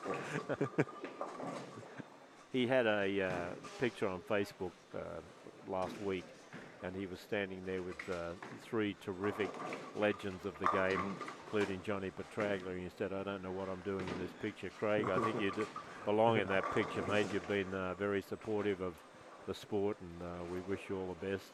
I think Is he still living in San Antonio, or has he moved? He just moved to Houston. Houston. Yes. Okay. I was in Houston in early July for a couple of events, and I got a chance to see him. Had lunch. And then he bowled the event I was streaming, which I thought was hilarious because he finally got a chance to be on the other side of the camera for once. Well, he sounded like when he was commentating with me here the last few years, it sounded like he knew a bit about the game, and Oh, yeah, absolutely. I imagine he bowled quite well. Absolutely. Well, here's Imler trying to salvage a 200. He had a four-bagger early and opened the last two shots, and disaster for him over there. It's so easy to do on this. Yeah, Gill looking for his first strike here. That's good loft. Good count too. That's a good count. He's gone light here a couple of times in a row. He needs to maybe move a little right with his feet. Poor old Imler, four-bagger, three opens. It's so easy to obviously get lost. You miss left, you miss right. We talked about it. You miss a board right, you miss a board left. It's going in either direction quickly, very fast. Yeah. Fast in the gutter, fast three off the right. If you miss left, it's going fast, one away Brooklyn. Hopefully you get a break, you leave something makeable. But it's pretty clear. I have to imagine that it's been the same way since you've been doing this event. Your spare game better be on point if you want to advance to the top 32. Well, you know, spares for dough. That's right. And never more truer, even more true now than back in my day. We didn't get many strings of strikes back in the 60s and 70s, not unless the lanes hadn't been oiled for a couple of days. And rubber and plastic tends not to do much for you, health-wise. Devore is going to shoot a 190 odd there. That's going to give him 730 odd for four. Wow. And yeah, there's a heartbreaker right there. Seen a few of them today.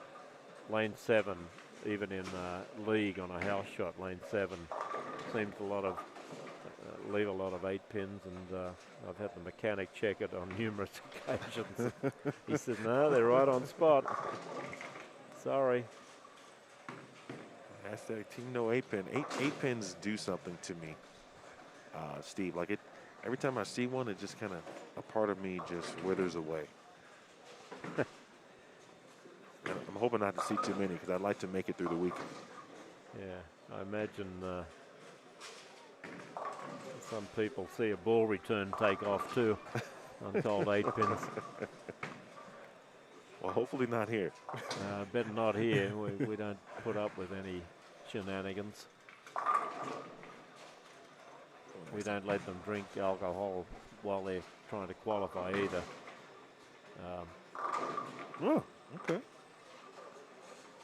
After the squad is over, but after they start a squad, no grog. Well, 189 for Devore. Gives him Not a bad game. 729 for four. Top 5 in this squad are going to split $1,000. The high score gets 350, second 250, and so on. Fourth and fifth get 125 apiece. Helmick in trouble down there. He was third with 594. He's just left a Greek church in the 10th after a strike. There's Gill's first strike. A little house on the prairie for him, 111 in the 6th. How did the idea of this event come about? Well, I'll tell you, this is week 38, I think, of the year, business year, and it was the worst week of the year. We were lucky to take $13,000-$14,000, and that doesn't exactly make payroll or pay a whole lot of bills that are incurred. And so I came up with the idea of running the New Mexico Open. Started it in 2004 just to build the revenue of the week up. It's a week when the kids are all back at school. Summer leagues are finishing. The fall leagues may be getting started or are still having meetings and whatnot. It was just a horrible week of business. And in the last 6 or 7 years, this week has turned out to be about a $30,000 week for us because of this tournament. We've got very good support from local and national sponsors. I've got 40 sponsors this year that have put in something between $300 and $3,000. So that's really helped us have a good payout. And I'm hoping this year we'll pay out close to $60,000. That'll be higher than the average for the last 5 years. The one we had in 2019, I think we paid out $63,000 or something like that. And you know, it's been good for business. It generates interest from the locals for the Pro-Ams. We're going to have 155 Pro-Am entries this year. Got a good feel for the Pro-Am tonight too. Francois Lavoie, Stu Williams, quite a few top liners. Zach Wilkins from Canada. They'll be some of my pros tonight. Jimmy Tillery, even though he's wearing these +4s, I'm going to have him anyway. He's ready for a couple of rounds on the course. Yes, and boy, did he need that. He can still shoot 176, and that'll get him up to 750 for 4. Ford flagged a 10-pin over there. He was on track to shoot a small deuce, and now he's got a double to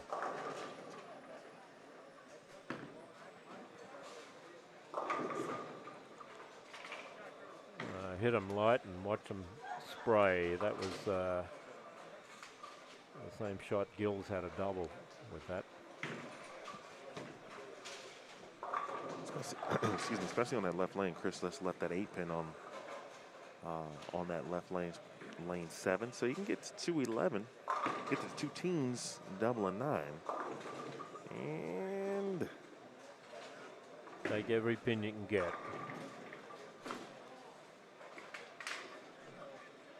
If you are just joining us, this is Squad 1, the 17th New Mexico Open here on Boldstream TV. My name is Emil Williams Jr. In the booth with Steve Mackey, who is, you just heard him talk about how this event came about. Been involved since the inception. Talked about owning this particular building, 10 pins and more, since December 1999. I love the center, by the way. It brings me back to my childhood days. I think it's the masking units, the A2s as well. Like, all of that is similar to me and how I grew up. Well, this place is 39 years. In fact, we're coming up to our 39th fall league season. The city is only 40 years old. The city of Rio Rancho Mayor Greg Hull, has proclaimed this week through Sunday as New Mexico Open Bowling Tournament week in the city. How about that? And he's given us a couple of proclamations over his mayoral leadership, and we're grateful for that. But yeah, the city's only 40 years old, and we're in our 39th league season. I've got some people already signed up for the fall league. They'll be starting, in fact, a couple have already started, but they'll be starting next 2 weeks, that have bowled here every league season since the place has been open. So pretty interesting. Well, that was a good turkey for Jacob Gill. And that's going to keep him probably 60 pins ahead now. Ford needs a double for 2-0 up there. That might put him back over the card. Brunick having a reasonable game here.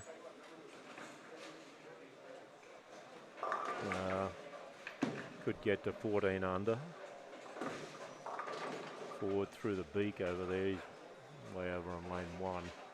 I can see him. You can't. I'll tell him. I'll pretend this is a radio coverage. That's absolutely. We also provide that here.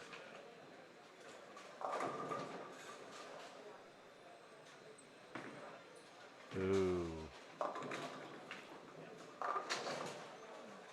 If that had come back from there, I would have bought a hat and eat it for lunch.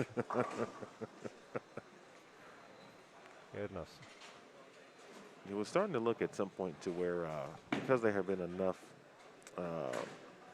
bowling balls going down the lane, the right side of the lane, that there was maybe a spot starting to develop down lane that you could hit. But again, it's still, if you miss right, as Chris said, threw a different ball on that fill, had the head pin up, so it was a good opportunity to do so.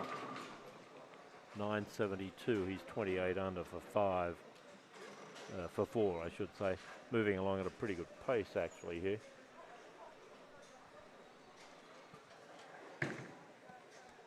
All right, Jacob Gill. Wow, powerful. I like that. Smooth. He's the only one that I've seen to have that type of reaction.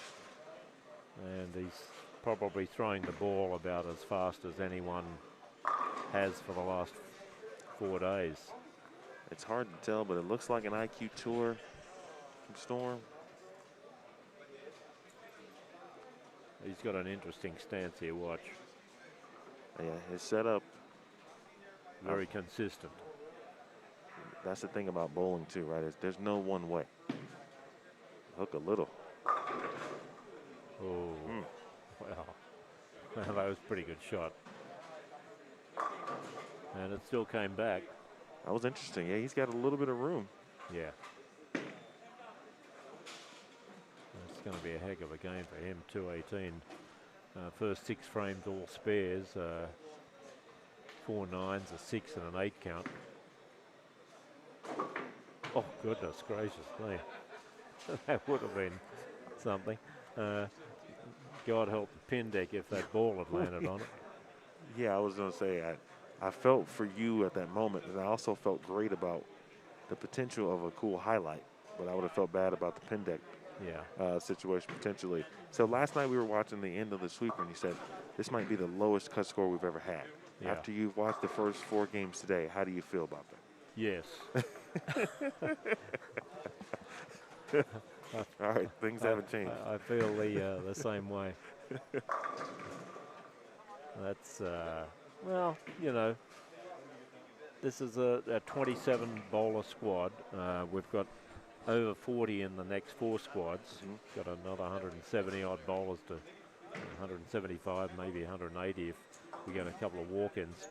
And, you know, I think it's going to kick in a little bit. Someone's going to attack this like he is, Jacob, and they're going to make this look easy.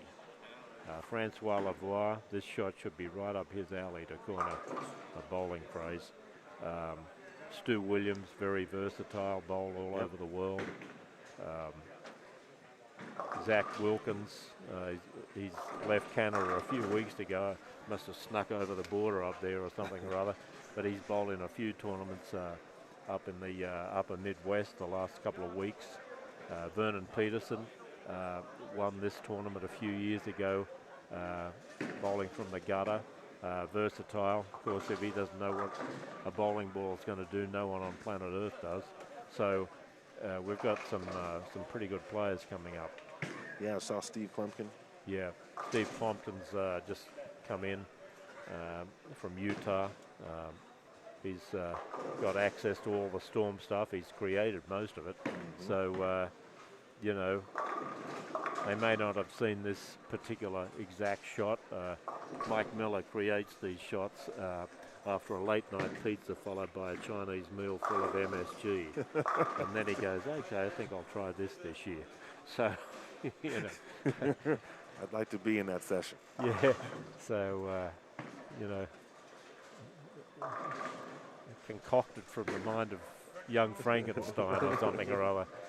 This is a difficult one, no question. And tricky, but Gill is 51 over. You know, There's always going to be one. There's going to be that outlier, and you only hope. Well, if you're a smart player, right, you should say, well, what's Jacob Gill doing? And you go watch him for a couple of shots and see. yeah, at least a couple of shots. And, you know, everyone's all over the place here. I mean, I don't know if anyone's watching him in particular, but they should be.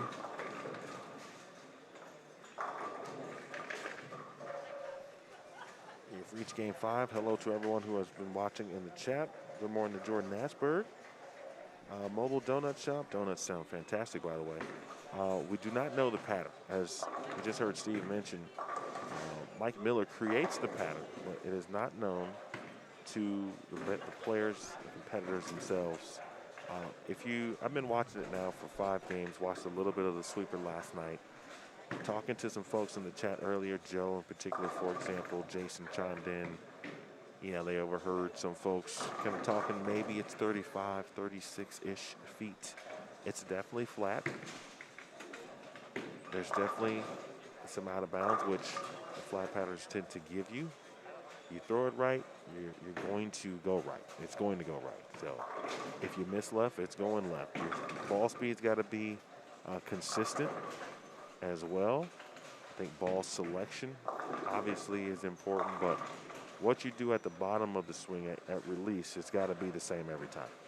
The minute you catch it, miss it, you have no room for error. And zero room for error. Jacob Gill somehow, at least to this point, has figured out all of those things for his particular game. And he is leading the way in squad 1. Yeah. Eddie Joe also says hello, Steve, by the way. All right. He said he's bowling tomorrow. Eddie's the top bowler for many, many years. Bowled a lot of events down in the south of the state. Lives in Silver City. I bet you don't know where that is. I don't.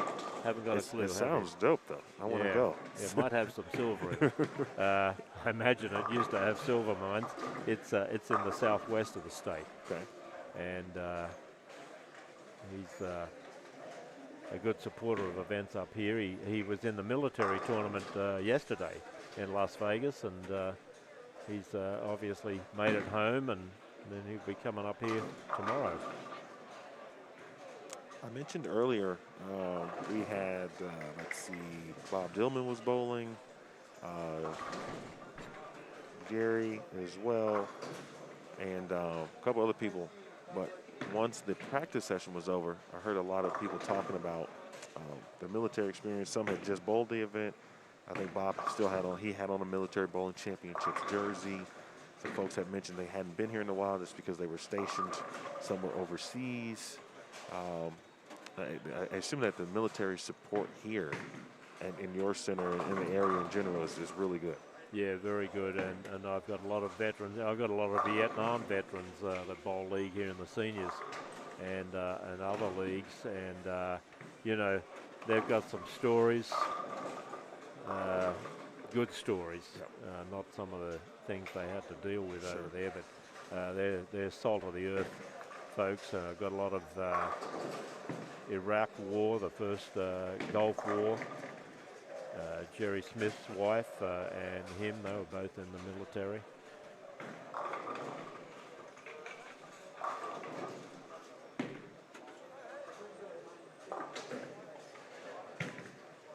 Well, you have to pick it up here a little bit. Here's the numbers. Jacob Gill, like we said, 51 over. He's got 20 in the first frame here. Trey Ford -8. Jerry Smith hanging in there.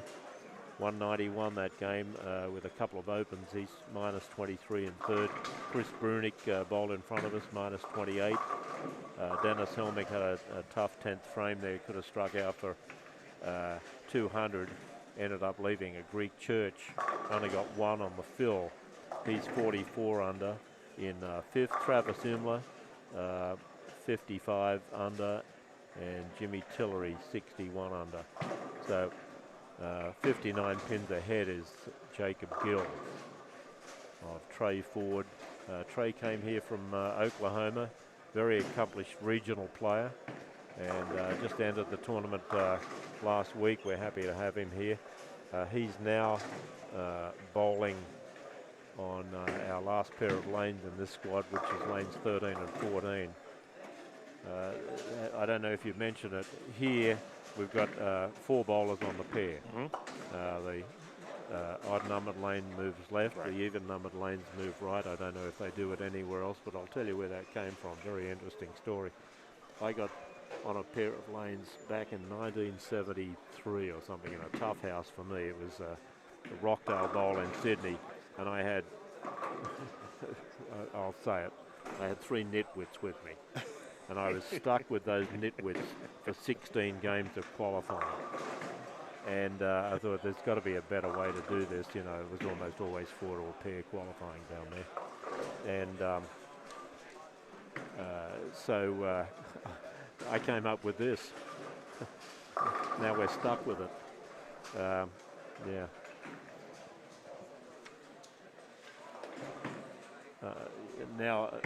Now you just get one nitwit. You don't have to put up with the other 2. They go on the other way.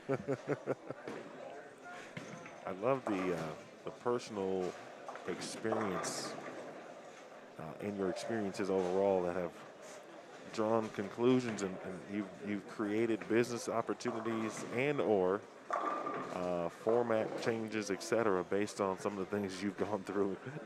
Yeah. Necessity is the mother of invention. Sometimes frustration helps you invent things too. But I'll tell you something. I saw something this morning. I've never seen it in my life. 9 spare, 9 miss, double gutter, turkey. What? It sounds like the New Mexico Open. You know. So in previous years, well, first of all, 2 questions. One, after the tournament is over, do you then release the pattern, or do players know what they want? I don't think so. I don't think Mike wants to release them sometimes. We've had people ask for them, tournament directors, hey, that was pretty challenging, or that was this, that, or the other, and what did you do to do that? And he always gives them an answer. And I'm sure if anyone wants to know after the event is over, he'll share whatever information he wants to. Well, here comes Gill, lane 6, doing his thing. He's been very consistent at it. He's looking for a double. He left a 4-pin last time here. Let's see what this one is. Good look break. at him. What a break. It's when life is good. Yeah, when life is good, you'll get the breaks. Reminds me of something someone once said, the better you are, the luckier you get. And that was a break and a half for him. Although no doubt he would have had a good shot at the spare. Look at that, dead straight. He throws that ball like he's picking up a mess from his dog after he walks. He did. Dead straight. Right up, over end, which is a skill to me, because not everyone can pick up their strike ball and throw it straight. Yeah. You know, obviously there's nothing wrong with plastic. People have now gone back to urethane in particular to shoot spares, but that was kind of one of my calling cards. I never had a plastic ball. I actually hated plastic for a long time. It just didn't feel right on my hand. But now I don't know what to do, because I'm going to start bowling league for the first time in 2 years. And you're in Chicago? Yes. How many houses are left in Chicago? You know, that's a really good question. There are several, I shouldn't say several, there are a few still in the south suburbs, the south side of Chicago. There's still a few on the north side. When you get to the northwest suburbs, there's still a few. So I think overall they're doing okay. But actually, just the other day, I saw something on social media. I think Hoffman Estates Lanes just closed. And they housed the Peterson for a very long time after, Miami Bowl, which was a very classic center on the southwest side. I used to hold the Peterson. I actually bowled high school matches there at Miami. It's a two-sided wood house, 80 lanes. Great place, but very difficult place. I think all in all, we're doing okay. Lakewood Bowl recently closed within the last year and a half. Actually used to bowl league there. So it's hit that area too, unfortunately.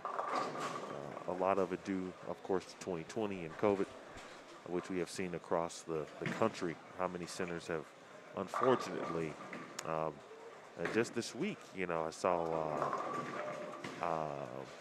Farmingdale Lanes just had the PWBA BBL open there. Yeah. In early June or late May.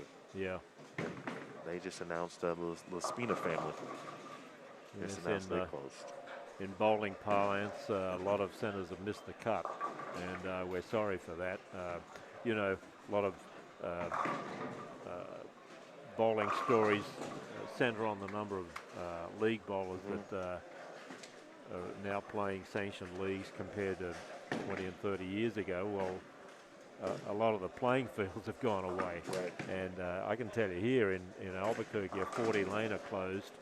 There's two centers opposite one another on Lomas Boulevard. There was another center up in the Heights, all within 10, 12 minutes drive. 1,200 league bowlers in that place, 500 just quit bowling. They didn't want to drive for 10 minutes to go to a new house.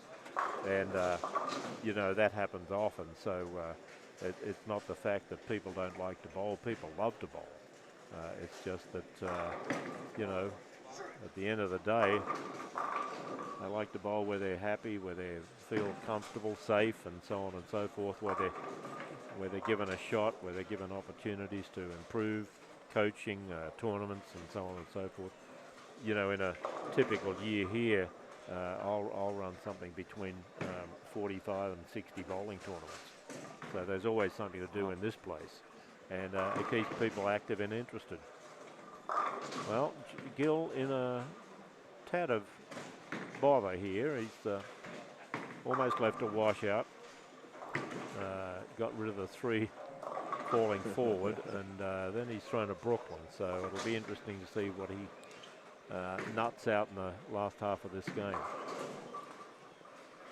Travis Emler has put together a nice early part of this game. Game 5 here on 7 and 8. 9 spare triple, 9 spare.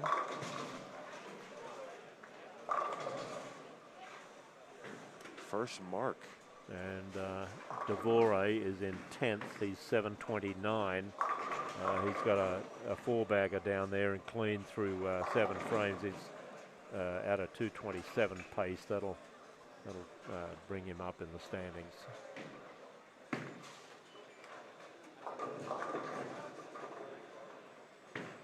Now, Tillery, the ball's just not quite making the turn. Now, in the old days, 2 or 3 right, and he probably would hit the pocket. But that's not the case here. 2 or 3 right, and he might get a 3 count. Or throw it in the gut. Or throw it in the gut. Yeah.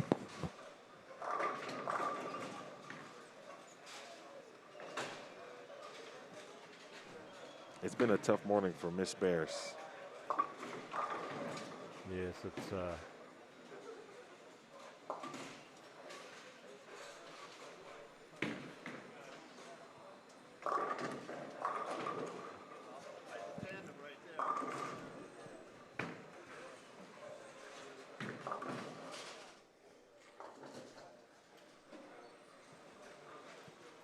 Jim Tillery seems like a cool guy. yeah, he's a funny guy. Had a good interview yesterday morning with Gary Heron, who's a a sports writer here in Rio Rancho. He's the main sports writer and education editor for the Rio Rancho Observer, and he has been a tremendous supporter of bowling in general and 10 pins and more in particular the whole time we've owned the place. And he interviewed Jimmy over breakfast yesterday morning. I'm sure that's going to be a feature story this Sunday. And then Gary will be here on Sunday to cover the finals on lanes 7 and 8. The ones we're watching now is where they're going to be trying to win a car. Yeah, you guys, right, 10,500. The opportunity to win a car if someone shoots 300. Yep. One of the finalists in the step ladder. Yeah. And then there's still some opportunity from through Petrie, one of your great sponsors here. Even if they're not participating in the finals, there's a possibility if someone shoots 300 elsewhere, right? Yes, yes. Well, they won't be getting a car, but it is a $20,000 Buick. They have Buick, Kia. Kia, of course, is a current sponsor on the PBA tour as well, on television shows. So Imla broke up a bucket. That's good news. What's he got? Imla. He's in 6th. Pretty consistent too. He's close. 170, 190, 180, 190. He had 3 opens in that 193. And there's the answer to my question about Gill. He almost left a washout the last time on lane 6. That one there was 10 in the pit. He's got a good head.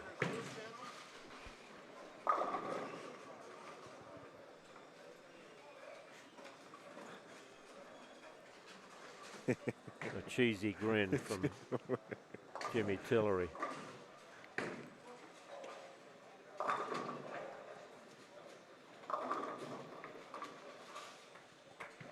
His name again, Steve?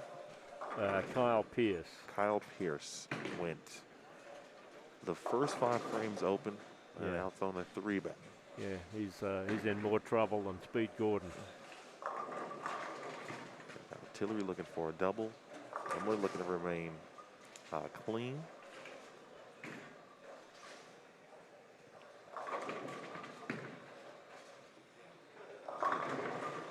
All right. That'll loosen him All up. right, shakes the cobwebs off. Yeah.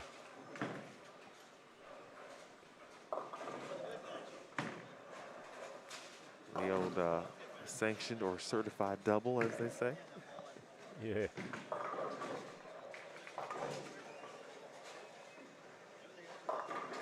Very What? clean is Imler's release. Yeah.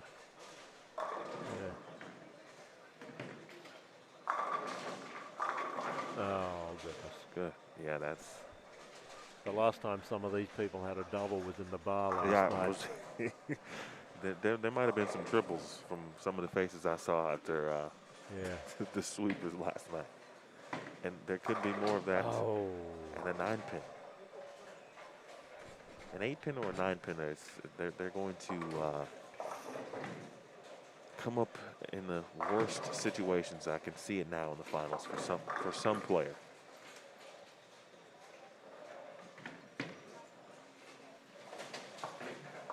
And watching Mr. Price here, he's kind of been able to open up lanes a little bit, even though he's struggling. But lanes look like they're starting to come to him, at least the last 4 frames, certainly. It kind of makes sense a little bit. We're in game 5. There's definitely some transition, but it's weird because you don't really, you're seeing transition, but at the same time, the lanes look like they've kind of looked like when we started on the fresh. Like, Yeah. you still can't throw it in certain places. If you do, the same things are going to happen. Have you ever had we had players lofting the gutter cap in your events? Yeah, one winner did actually. Craig Nidifer out of Michigan. He won it the year before Butler 2014. He won it the year before the PBA started having a summer swing. I had a ton of entries that year, 217. It was the tournament record, and he was standing right in the middle of the ball return and taking a short approach and lofting it way over the capping. Sure. And played Mike Edwards. Edwards shot 242 out of Oklahoma, 242. Heck of a game, had one open in it. And Nidova started with a 10-bagger and shot 285. So Mike Edwards a little bit unlucky there. His 242 would have won every other year, except 100%. The year that he played Nidova. But we've had winners from the twig all the way to Nidova. And we've had left-handed winners, of course. We've had, let's see, Mark French won the 5th one. Andrew Kane won the 7th tournament. Buttriff kicked off his pro career here in 2015, beat Francois Lavoie in the final. That was a good final. And so we've had lefties and lefties, lofters and luckies win here. Well, let's see what happens to Gill now on our screen. He had a strike on this lane, a cold 9-pin on lane 5, and a Greek church that never looked like being a Greek church. That looked like it might go a little further left and leave the 3-6-10. All of a sudden, he's got this rubbish in front of him. I don't think he's lost his look. I just think he maybe tugged it just a hair. Yeah. But again, you know, with no room for error.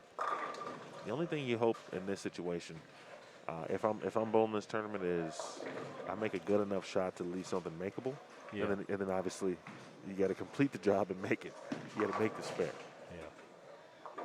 And when you get to, I said this earlier, when you hit the pairs that you feel that you can score, you got to take advantage of that opportunity. I think like Mike DeVore that we talked about, he's gotten on 11 and 12. He's going to get to 256 with a spare, I think. Yeah, boy, good for him. That'll get him 15 under. He spares the 10-pin over there, 256. That'll be one of the highest games of the day. There it is.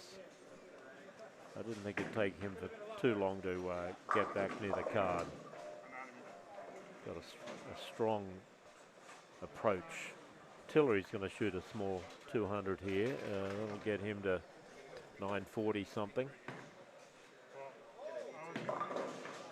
Very astute list of previous champions too. All of those individuals very versatile. You know, you mentioned righties, lefties, high rev, low rev, no revs. No rev. Let's go through them.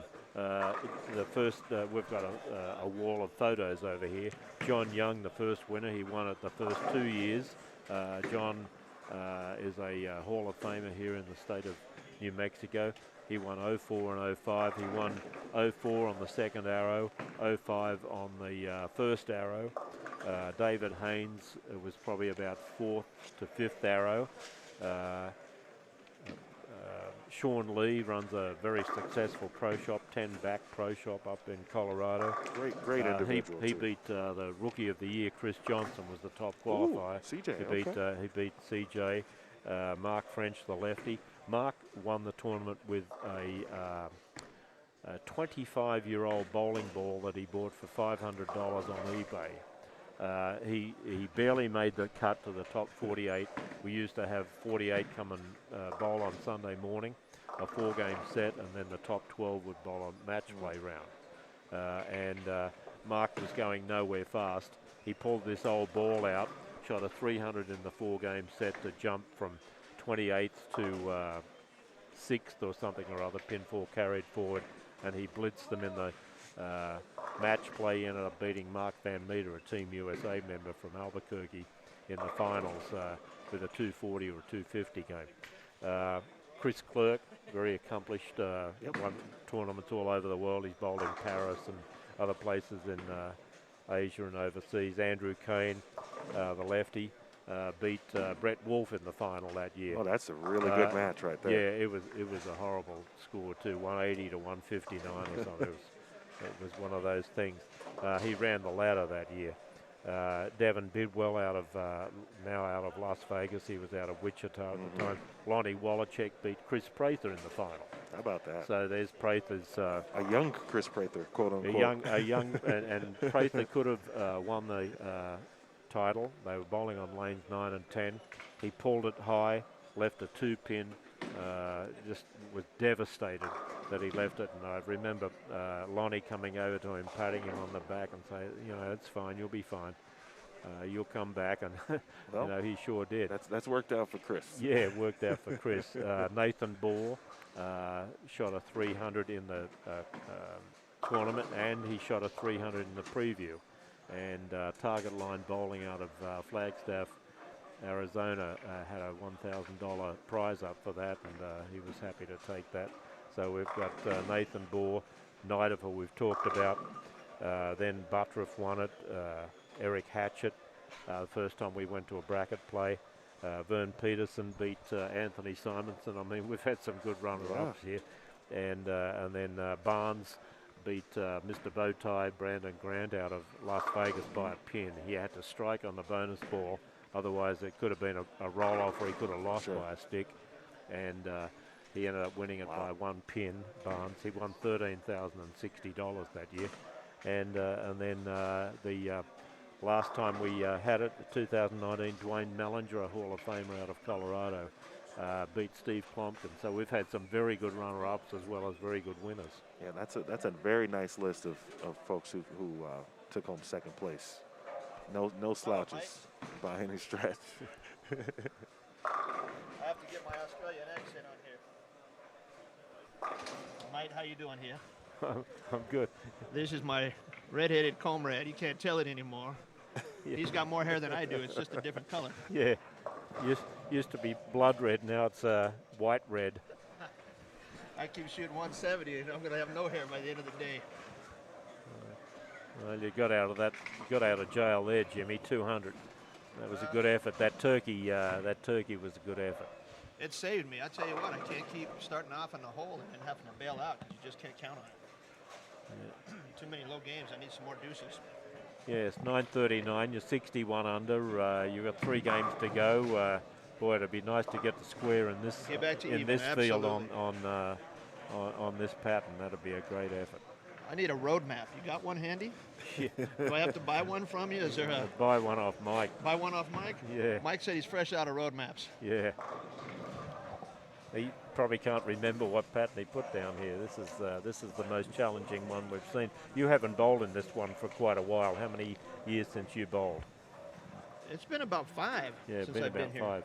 But I was looking forward to coming back here and seeing everybody after COVID the last couple of years. And we knew it was tough coming in. So, it's just a mental grind. You got to make spares and you got to keep the ball in play and keep from self-destructing.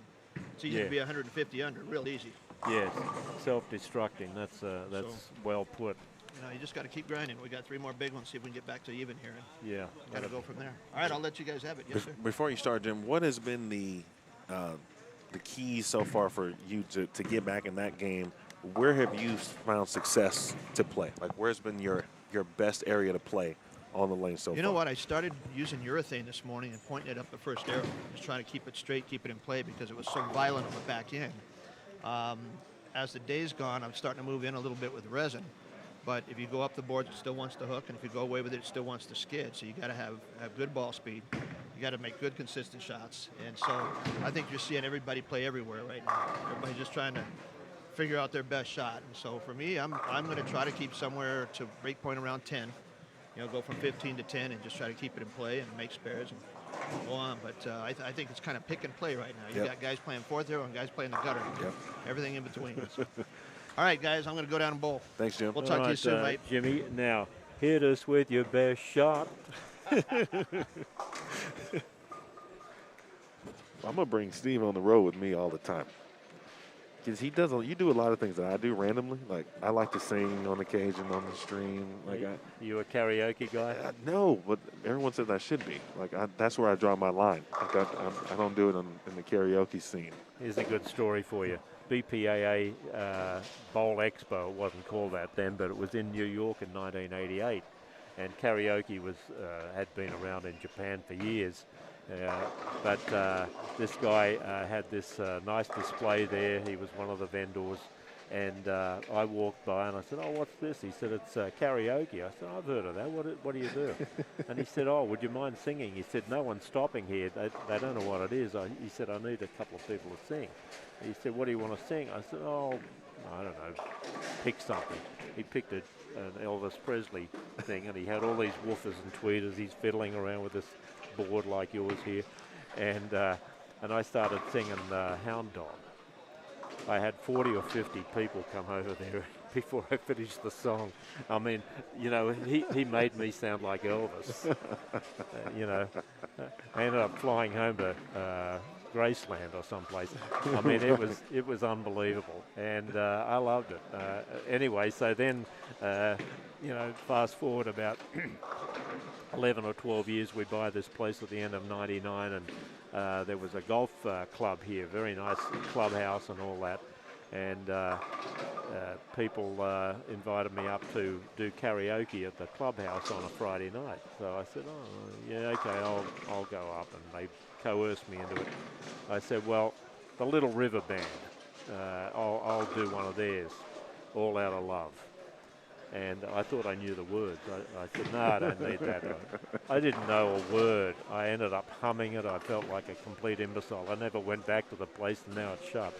I mean, you know, how to shut a joint down? You can't sing. You can't sing an Australian song.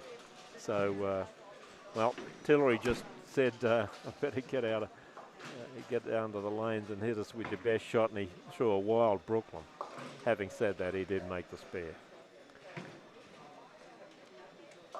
Game 6 officially underway now, the New Mexico Open. Emil Williams Jr. with Steve Mackey in the booth with us. Thank you all for joining and watching along.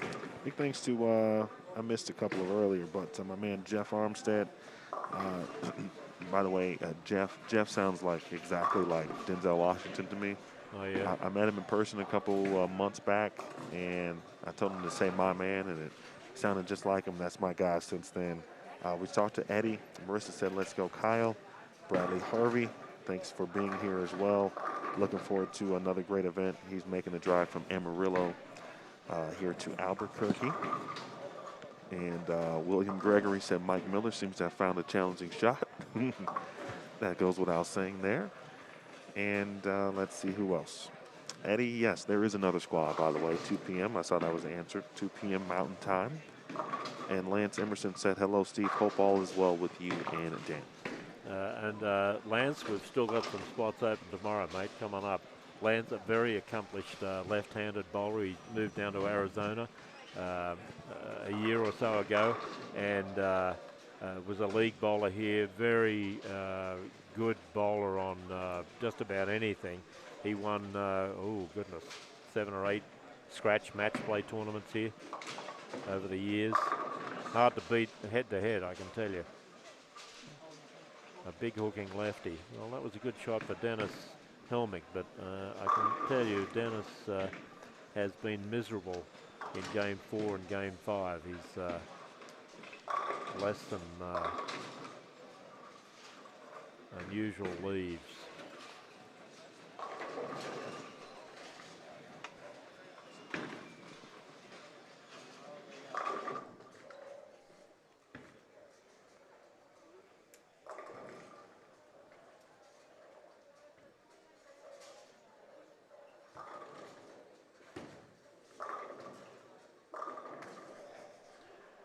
All right, Cody Beavers, very good supporter here at 10 Pins and More.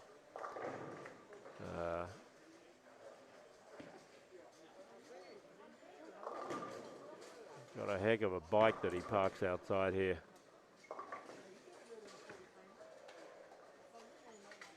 Oh, my. That ball looked like it had about 7 pounds side weight when it took off in the dry. Flew by the 4-pin left.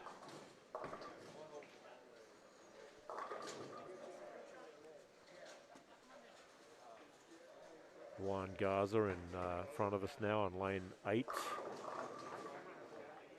Almost struck. couldn't quite make the turn. A Gill over there on lane 4, you might see some pins fall over occasionally. He had a split in the first frame and a double, so he's still doing well. Can I go eat that lasagna? I took it out of your office already. I already have it. I got it when Dana was here.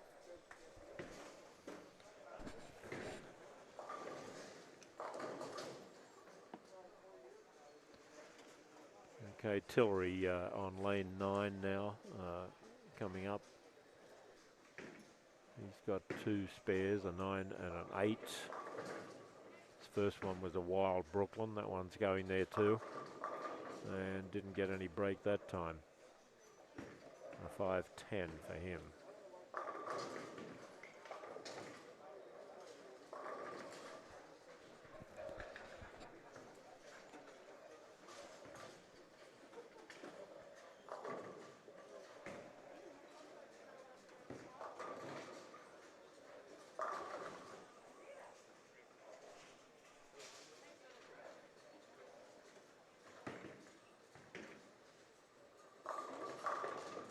Good carry for Dennis Helmick.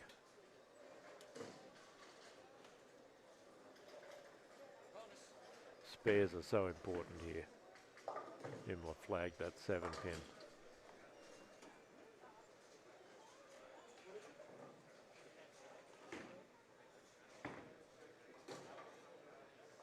And Tillery makes the spare. Picked up the 5-10. Good effort for him.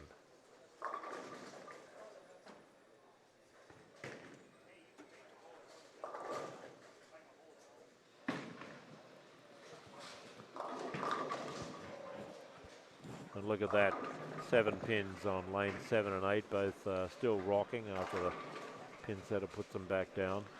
Steve, let me ask you this as a proprietor. Have you hosted any PBA, PWBA events in the past? Not in this house. Okay. They usually, in fact, I think they still do require free lineage, and unless I'm going to be able to pick up a sponsor to cover that, can't pay many bills with no revenue. Correct, correct.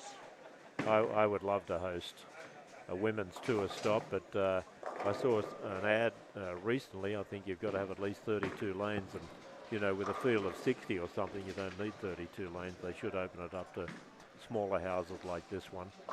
Yeah, for a national event, yes, the current requirement is 32 lanes. I think there is no, I shouldn't say is no, but it's not 32 lanes regarding a regional event. Now, I would say this, Steve, and I'm just saying this because I've known you for like a day and a half, but I feel like I've known you for a long time. We've had several conversations on the phone leading up to this, exchanged some emails, and but maybe someone may be able to make an exception for you. I don't want to go putting that out there, but if you want to put your name out there, I'll vouch for you. Okay. Well, you know, when AMF was heavily involved in the women's tour after Strike 10 Entertainment got rid of Samstown, I thought that was a bad move. And AMF stepped up to the plate. Doug Stannard and I were heavily involved in that. We ended up running 6 national tour stops in AMF bowling center operations centers, and we sponsored the men's and women's US Opens, and it was the first time that there'd ever been equal prize money for men and women. $187,500 prize money for men and women back in the day. Walter Ray Williams and Alita Sill won one of those events at Connecticut, and you know, I'd love to run events, but I can't do it for free. Well, let's have a look at the scores. They're back with us now. 5 games. Gill, 25 over. He's got 56 in the third and a spare in the fourth. Coming up to the far left of our screen. Michael Devore's 256 got him well up the standings. He's now 15 under. Trey Ford, consistent 981. He's 19 under, and then a bit of a gap to Jerry Smith, our local bowler, and he is minus 44. Imler minus 55 with a ton of missed spares. Could have been over the card if he'd made them all. Tillery minus 61 and 7th. Brunig from Arizona 6th. So that's your top 7 at the moment. Top 5 in this squad will split $1,000 prize money from Principal Financial Group. Let's see, Gill struck on that shot. So it's a double. He's back in the small 200s. Pretty impressive what Devore has done. And I mentioned this earlier about his ability to recover. Like, to me, it's like a quick processing mind to where, all right, 4 out of 5 opens, but I found a way to make up for it, and he's done that. His scores, I think, especially the 170 and the 179, could have been so much worse, but he was able to recover and save those games. And then he shoots 250, and just like that, you know, he's got a chance to lead this squad and potentially make the top 32. Yes, and he works for Sandia National Laboratories up there at Los Alamos. And I think you probably need a brain to work there.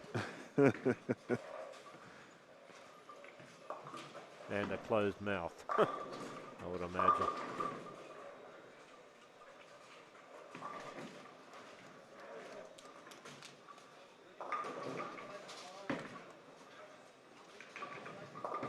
Folks in the chat, I just dropped where you can see the scores online, thanks to Jeff for giving me that link. It is bowljbt.com. Again, bowljbt.com. I'll also add it to the event description. In the event description, it'll be linkable there. For some reason, it's not linking in the chat. So let's see.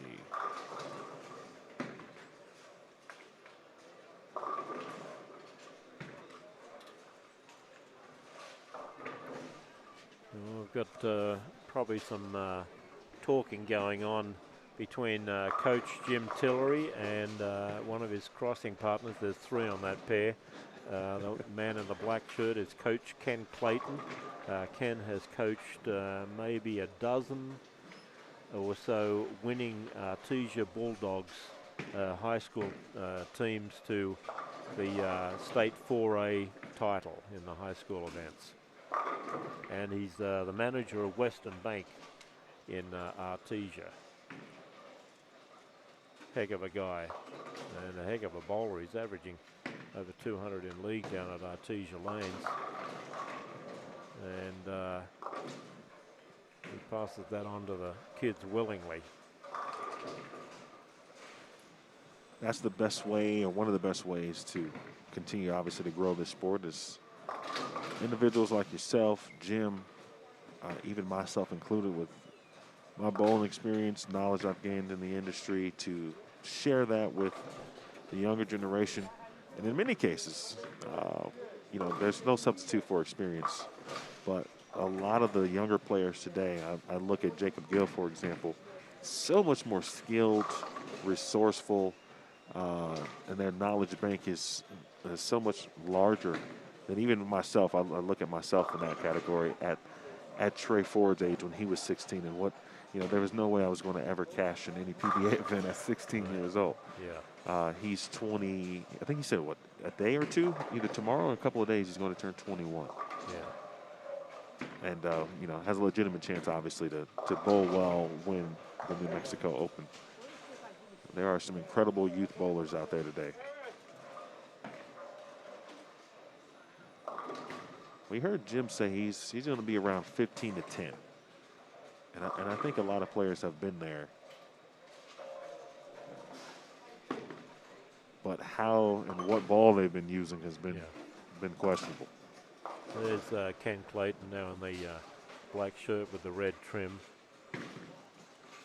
He started on lane 5, I think, this morning. He was the first person I talked to ask what letter they were going to be, and that's when we found out you get to choose your letter.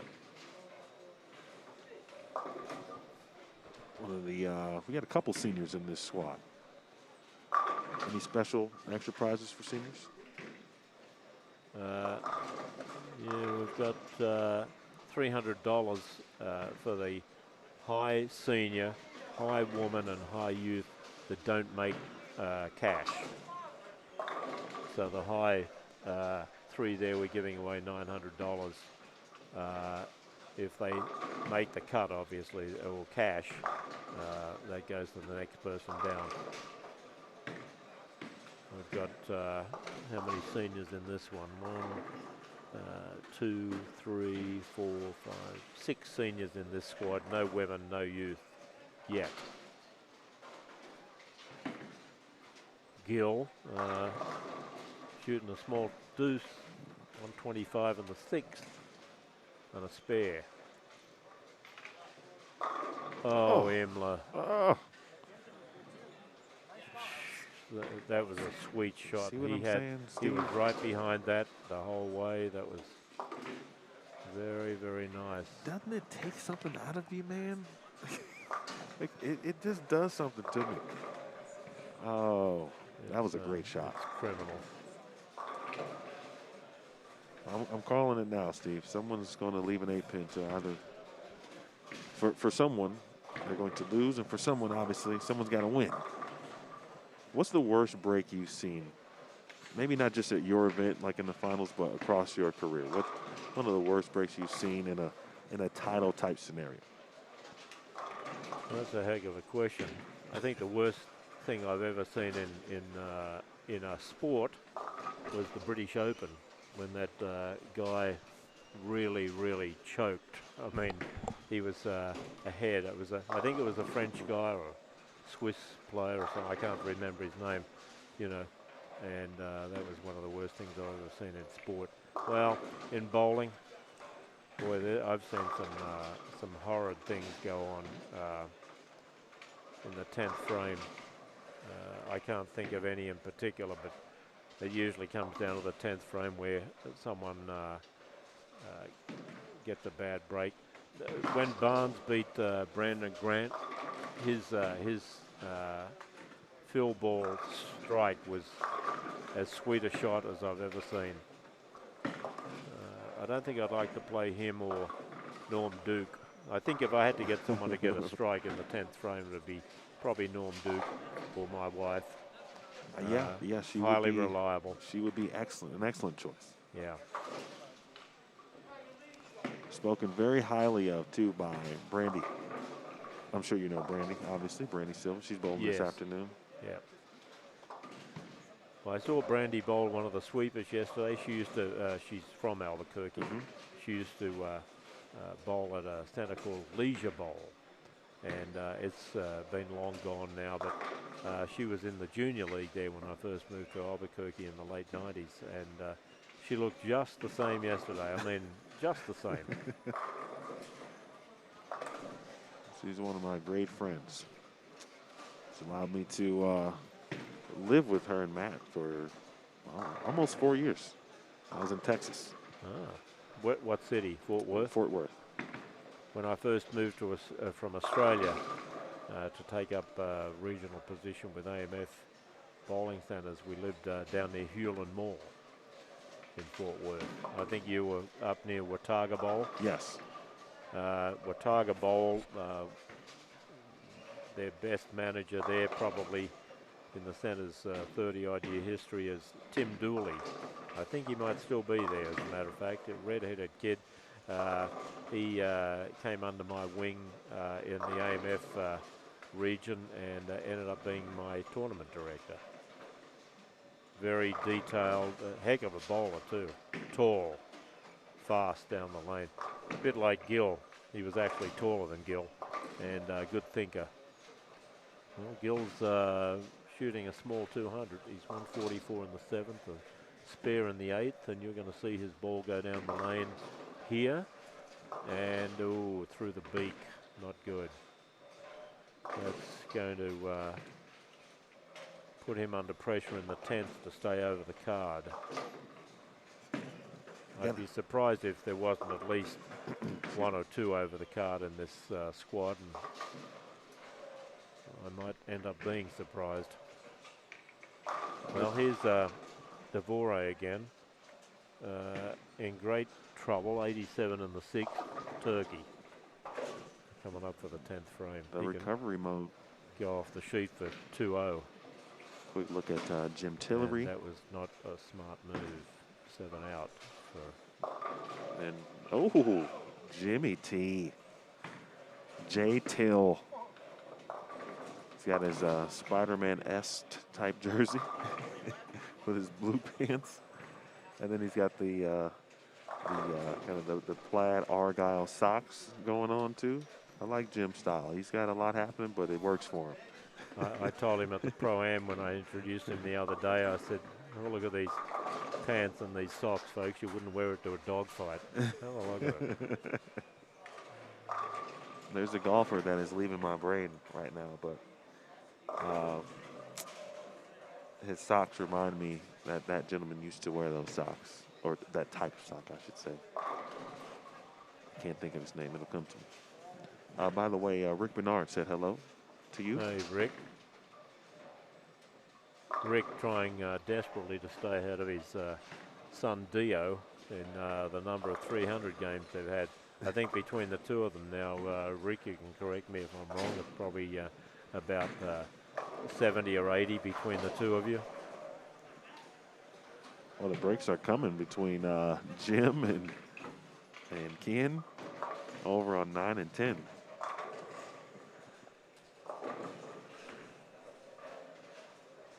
Man, Dio is he's been fun to watch grow up in this sport.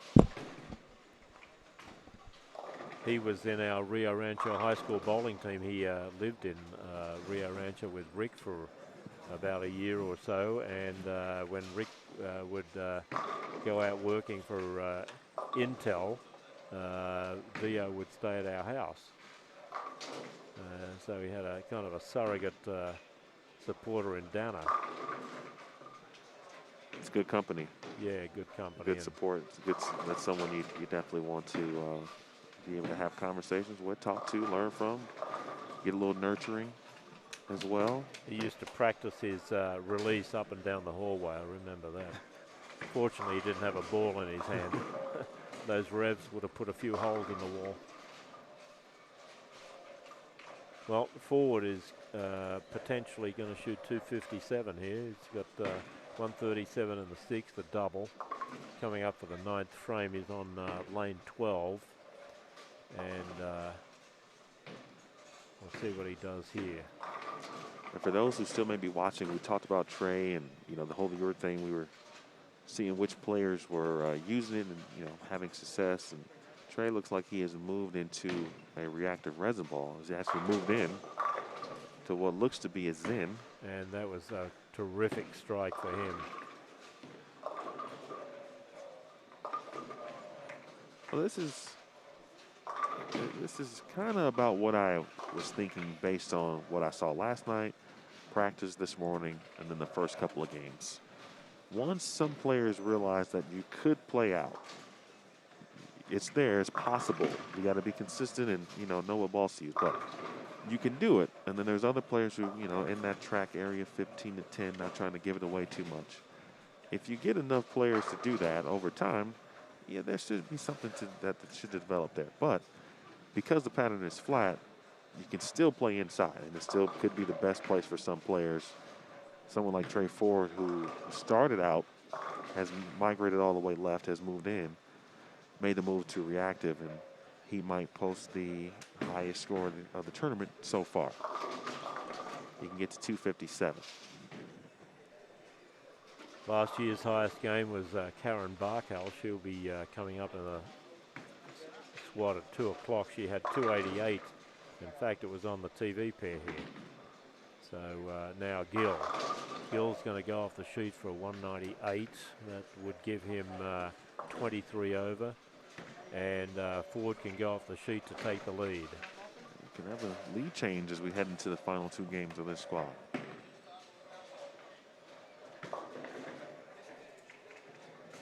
And a little bit of a better game for Dennis Helmick here with the game in the 2 teens.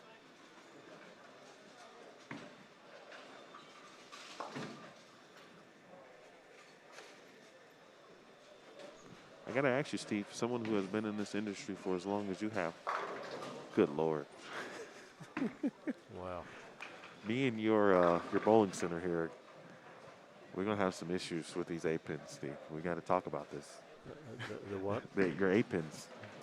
The A-pins that I left all the time. The what? The A-pins? I'm doing my impression of Steve Austin. What? What? And you watch wrestling too, Steve? Yeah. You're definitely my guy now. Oh, I do watch the. You're In my fact, guy. I watched the wrestling when Killer Kowalski, Oh, Brett wow. Bernard, and Skull Murphy were around. I'm old. I drilled a ball for Red Bastine. Google him. Really? Yep. Wow. Drilled a ball for him.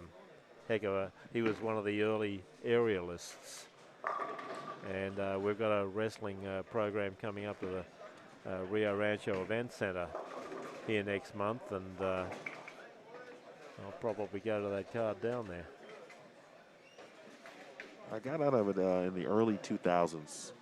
Honestly, once Stone Cold had left, so of course he came back a few times, et cetera, et cetera. But I was all into the Attitude Era, and we've got a small break in the action, and that's just because everyone finished at about the same time. So folks are making a move. We'll be into Game 7. Having said that, poor old Trey Ford left that big 4 over there after striking in the 10th. So this will be a 240-ish. Let's see what he ends up with. 241. That gets him over the card. He's 22 over, and he's 22 over. There's a tie for the lead. Gill and Trey Ford tied for first at 22 over after 6 games. And I think the 2 youngest players here, at least bowling in this particular Yes, squad. right. Emil, the pleasure's been all mine. You were fantastic. I look You've forward got a to great voice. Thank you, sir. You ever done any impressions of Barry White? No? Can you warble one of his tunes? To be honest with you, yes, but not on the air. Not on the air, no. Not on the air. Barry White was often played in our household. Yeah, I can. I bet. I can go to a little Barry White. My dad's voice was deep, so I think that's where I get it from. Yeah. Well, it's been fun. Thank you, sir. I'll be back. I've got a signed 32 paycheck. Hey, That's important. We're at our full staffing. I don't know how many bowling centers in America are at full staffing. We had 32 pre-COVID. We've got 32 today. Wow. Lucky us. Hey, congratulations on that. Yeah, that's a big No, deal. seriously. Thank you. There's a lot of bowling centers in this state I know that have struggled with their staffing. I've lost a few entries because of that. They couldn't get away from the center in Gallup. Corey Gonzalez couldn't make it here. Someone down in Artesia Lanes couldn't make it up here because of short-staffed. So I better sign these and keep people happy. Thanks, Steve. I'll be back. All right. Steve Mackey with some great commentary. I appreciate him. His great candor, humor. He is really a good dude. All right, so we are into Game 7, and John, you are correct. I was thinking of Payne Stewart, the late Payne Stewart, TBA champion.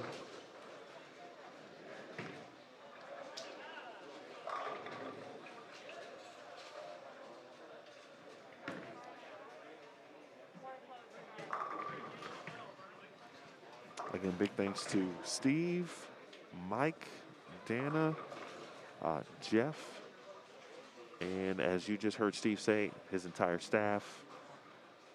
But assigned paychecks, which again is a lot of folks, not only were they not able to sign checks, but weren't able to receive them as well, not only in the bowling industry, but across every working industry. So that's just wonderful news to hear. Last 2 games underway, and getting a couple players that we saw early on, back on 5, 6, 7, and 8. Trey Ford.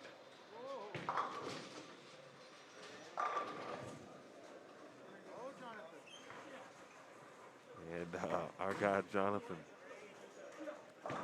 Lawson flirted. I mean, he legit had a cup of coffee with the channel there. It managed to stay on the lane. Nonetheless, it took 3 off the right. So Ken Clayton is back with us. Mike Riley is back with us.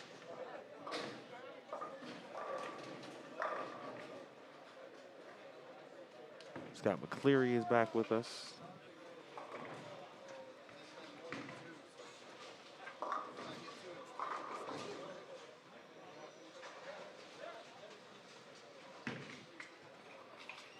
A couple of names I don't know. I'm going to go check those.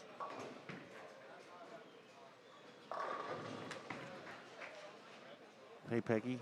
Yes, based on the conversations I was having with Steve about Ken and Jim and their respective high schools, that should be the Ken that you're thinking of.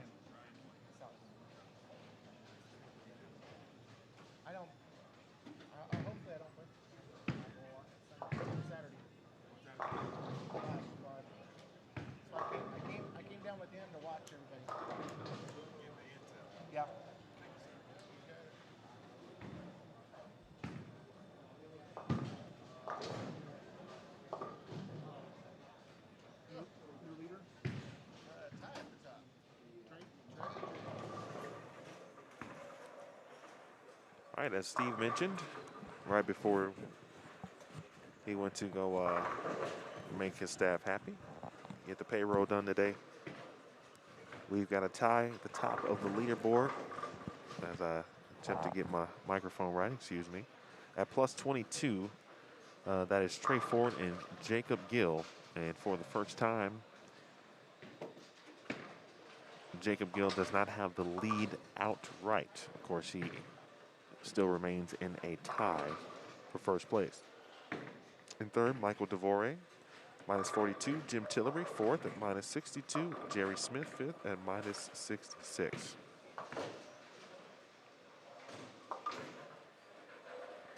Scott McCleary, who we are watching now, is sixth at minus 70. Matt Ridgway is seventh at minus 83. Chris Brunick, eighth at minus 98. He's tied with Travis Imler at that number. And 10th place, Dennis Hilmick, who's on our feature pairs currently, about to take care of the 4-7. He is in 10th place, one of the seniors in this group. Again, squad 2 begins at 2 p.m. Mountain Time. 2 p.m. Mountain Time.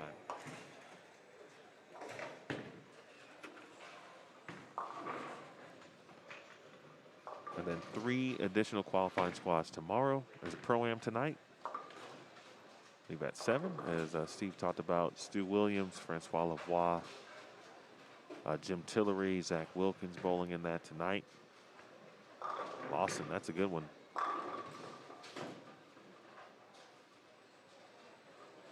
Well, there's no doubt he plays the gutter very well. Matt Ridgway has made his way back over to 9 and 10.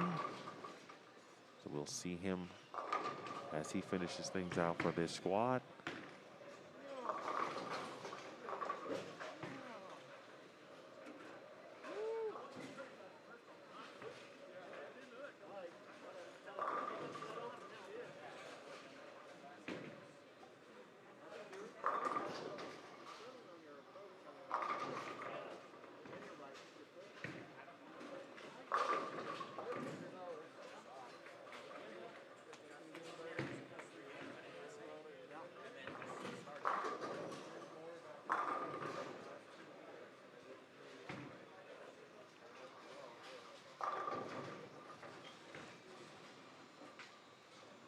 Mike Riley about to step up. There's Lawson again. That's a good one again. It's hard to repeat that, man, but if you can do it.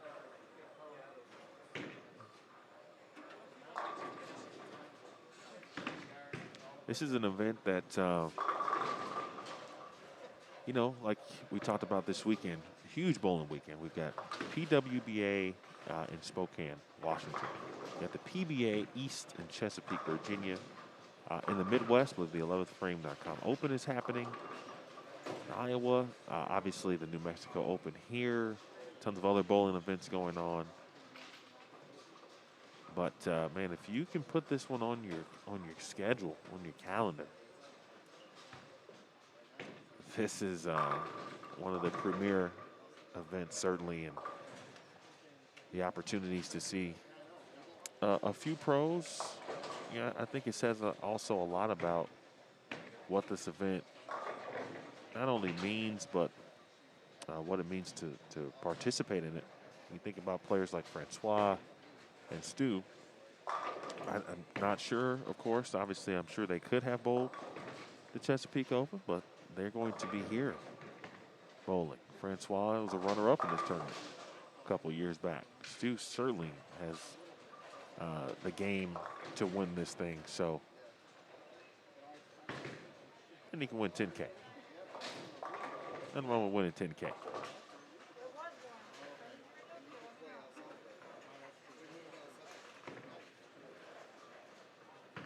I no doubt anticipate those who are bowling on the 2 p.m. squad have watched a little bit of bowling today and trying to figure out and get an idea what they will do, how they will attack these 24 lanes here at 10 Pins and More in Rio Rancho, New Mexico. I was happy to check off another state off my list. I don't know how many states I'm up to, but New Mexico was not on it. It'll be another reason, obviously, for me to come back and spend most of your time in the bowling center. You don't really get a chance to see too much, but I'm very pleased and very happy to be here. Thank you so much for rocking with me. Well, we're just getting started, as you know. It's got a good chance there. Bang, yes, indeed. I admire the seniors that are bowling in this particular squad. They've been coming out and putting in the work. Ooh, 6-pin just lays on the 10 for Dennis. Always got to love when you can get that hit. Jonathan Lawson is handled business these last couple of frames.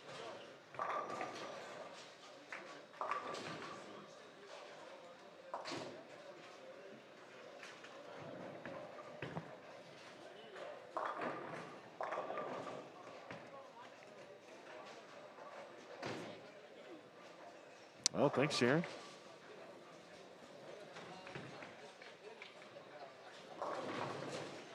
Steve was a little off on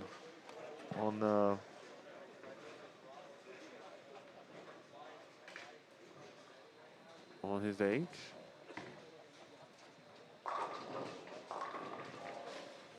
He definitely does not look 29, though. That never would have been a guess of mine.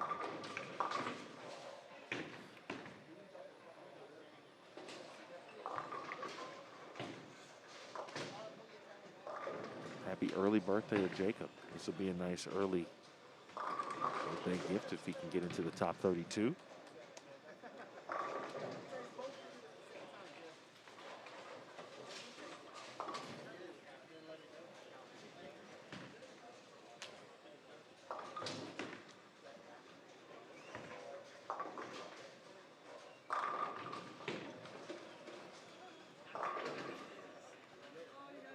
Yeah, plus 22. That's the number at the moment to have the lead. Trey Ford and Jacob Gill.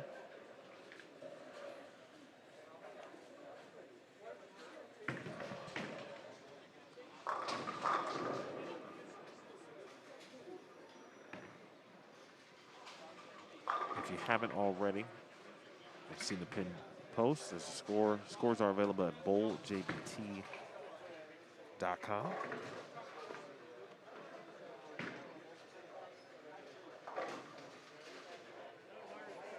Or excuse me, bowljbt, not bowl.jb, bowljbt.com.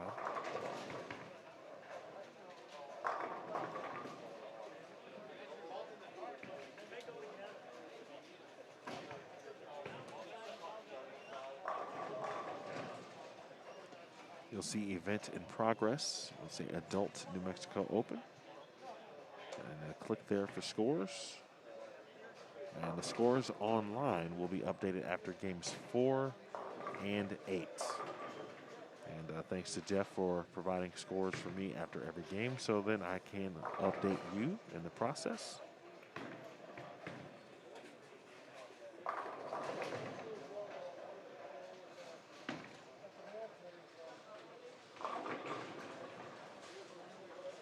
Mr. Riley getting a little love on the left side. Jacob Gill has made the move all the way down to 1 and 2. And for the moment, early open in the first, spare double, and then has gone spare, spare, spare. It's got 114 in the 6th frame, working on the spare.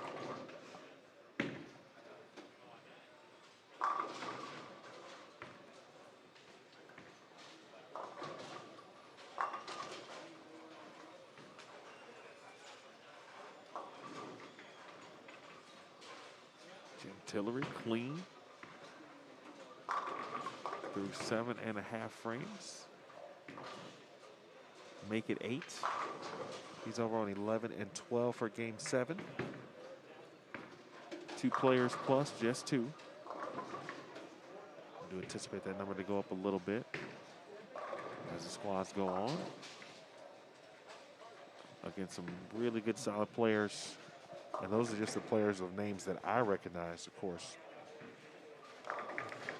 And that's me being not from New Mexico or being from the area. Talked about Steve Clemson, for example. He is going to bowl this afternoon. Chad Lush is bowling this afternoon.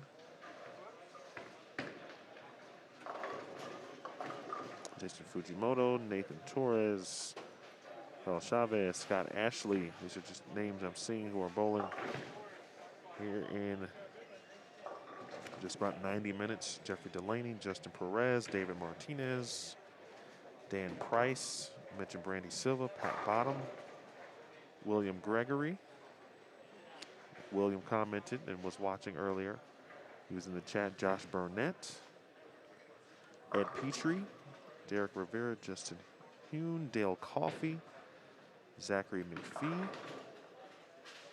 Reed Sykes, Bob Peterson, David Williamson, Tom Thornhill, Keith Kruger, Guillermo Espinoza, Dylan Swanson.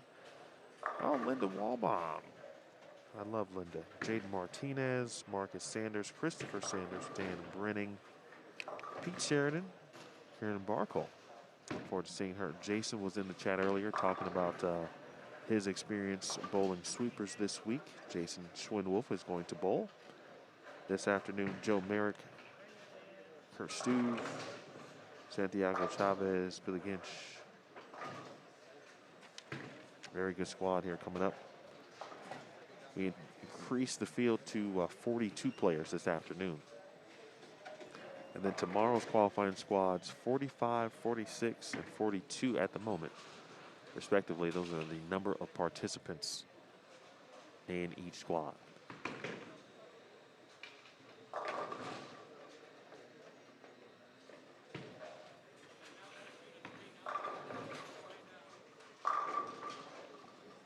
Someone who's had I would say an up and down day, but when he's been on, it's been great. And that is Brian Chamber from New Mexico.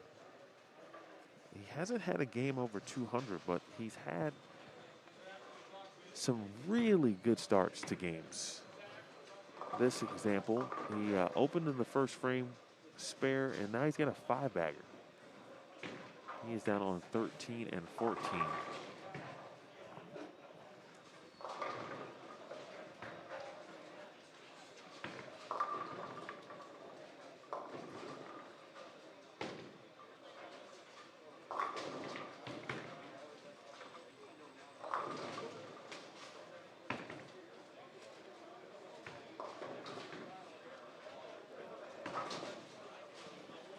There for Christian, it's spare.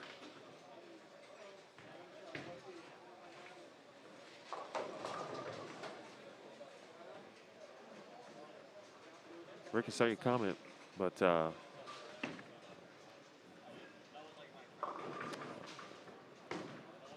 not sure what you're referring to.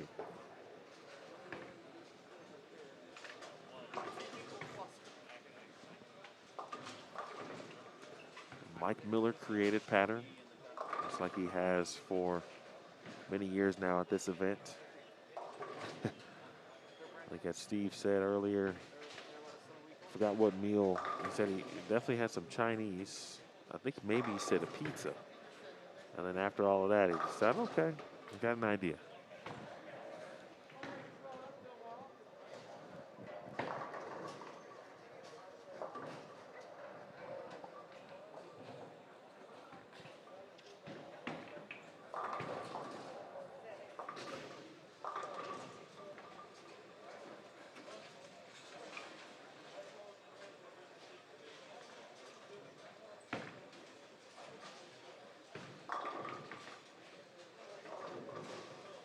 That last shot there from Dennis really lets you know how, again, this pattern is flat, where he couldn't get it to the right. The ball read immediately. Of course, the ball speed a little slower than some of the other players. You can take that into account, but as many people say, let your ball be the guide.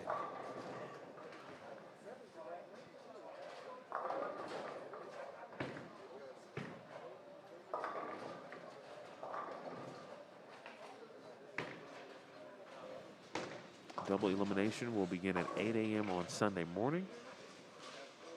Top 32 will have been determined by that point. Those 32 all from the qualifiers here. 5 qualifying squads to determine the top 32 scores to advance.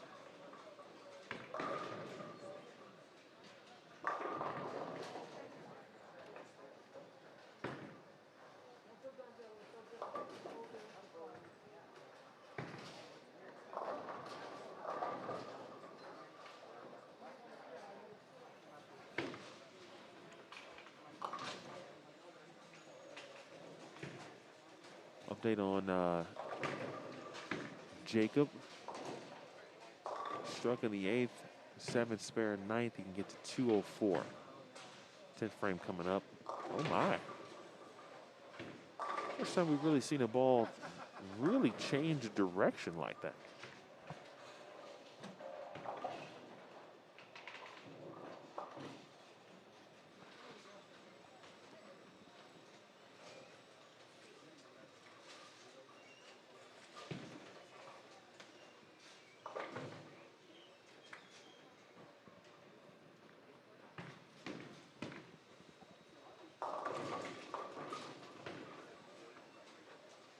Same thing a little bit for lefties, as you see as well.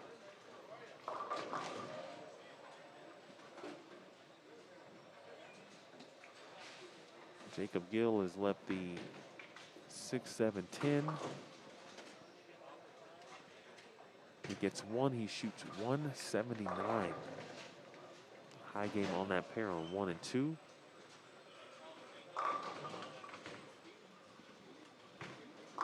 While Trey Ford has just doubled up.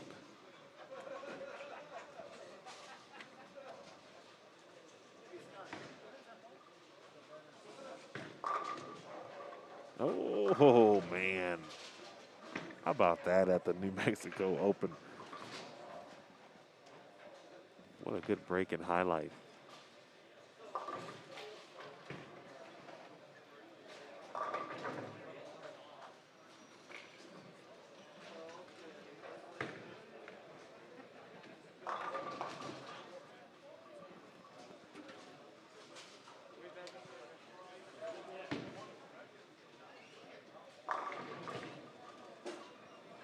Gill will make the trip back down to 13 and 14 to finish out the squad.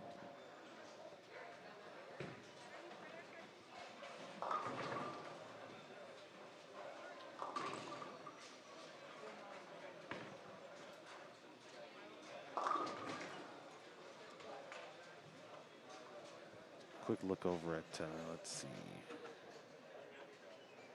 9 and 10, Matt Ridgway.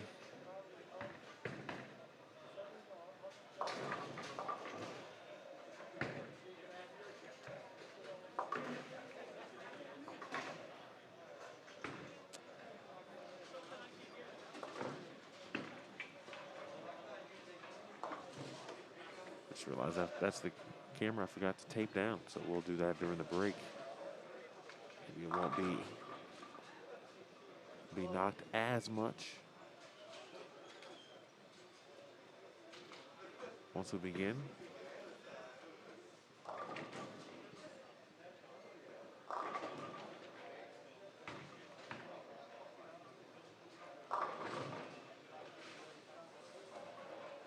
Mike Miller also came in to run a few brackets for this squad as well. So some additional cash. We talked about the high game and the additional squad cash for both squad 1 and 2, donated by great sponsor Principal Financial Group and Jim Wimple.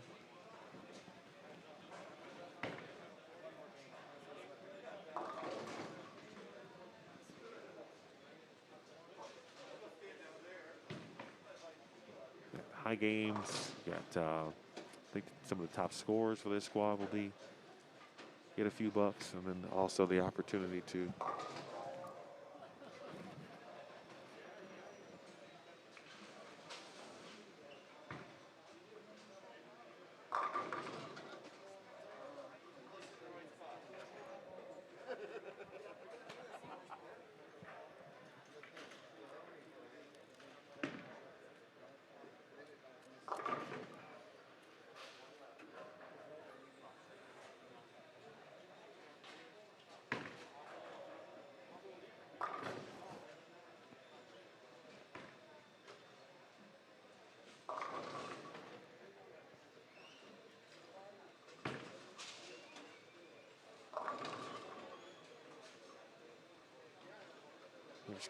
Coach Ken.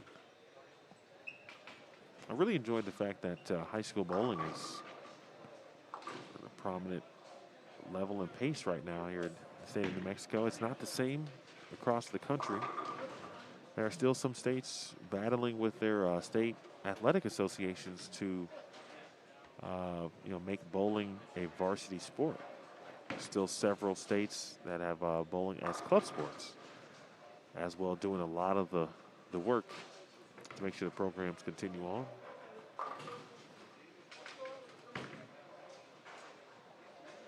Thanks to everyone involved. I bowled high school in Chicago, and excuse me, some of my finer memories, especially beginning as a competitive bowler. And I thought it was key, really, to my growth. Several state champions banners hanging around here in the center.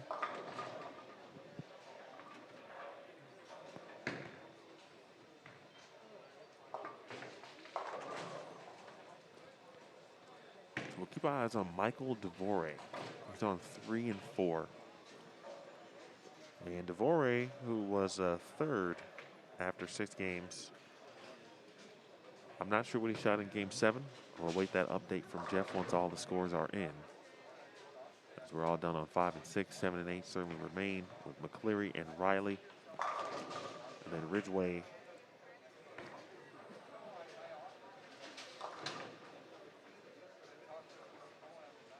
over on 9 and 10. 13 and 14 are underway. 11 and 12 are underway.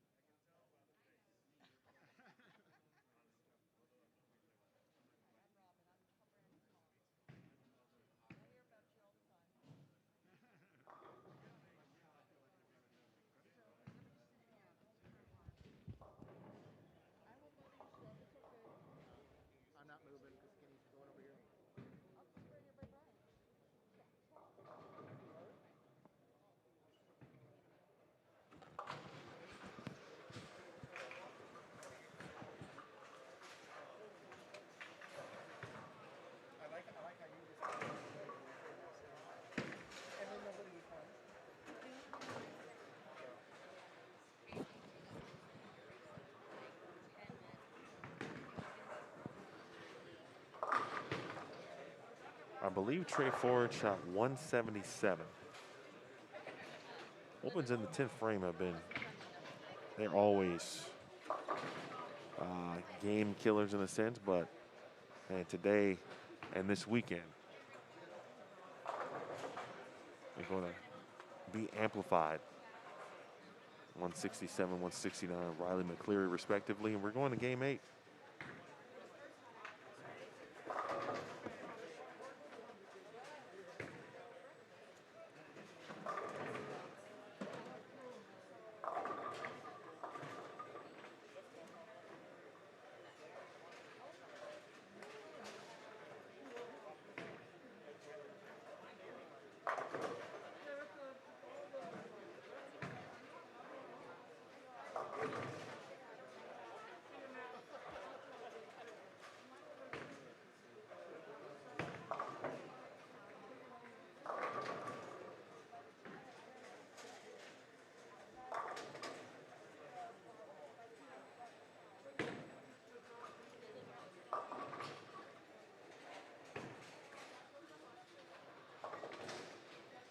All right, CJ Valencia has made his way back.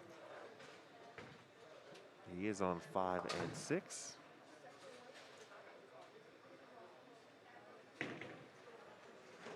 As we prepare for game 8, if you're just tuning in, some pairs have already begun game 8. Those in front of us about to get started. My name is Emil Williams Jr. Big thanks to Steve Mackey, his wife Dana, brother-in-law Mike, Jeff Hemer, who was here, coming in from Washington to handle scores and assist with the tournament. Thanks to everyone here at 10 Pins and More, Rio Rancho. The 17th New Mexico Open, back after a one-year hiatus due to the COVID-19 pandemic. No tournament held, so been looking forward to this one. Players have been looking forward to it, certainly Steve. Been talking to him about that for the last several months.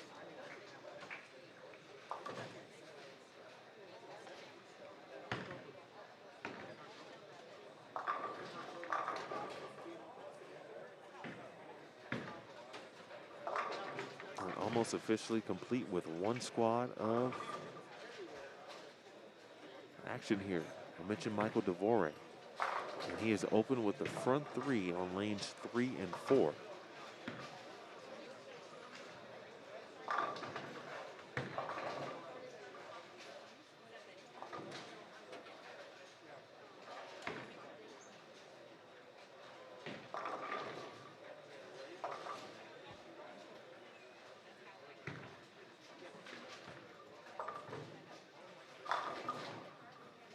Matt Ridgway, I feel like he's on a pair that he likes. He just seemed to throw a few more strikes on 7 and 8.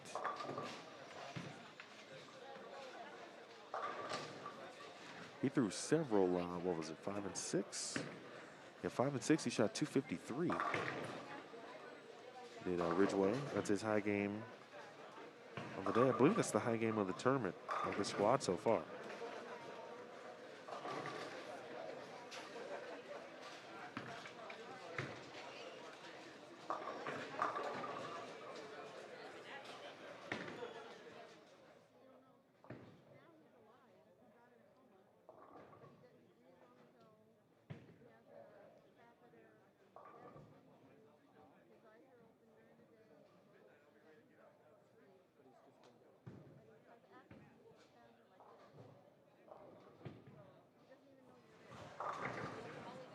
That's not what Trey Ford wanted to see as he opened up first frame game 8.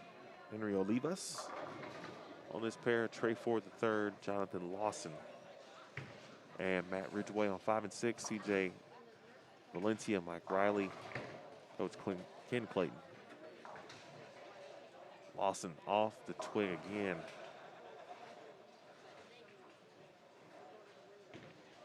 And you try to come in, you bowl 8 games, you try to post the highest score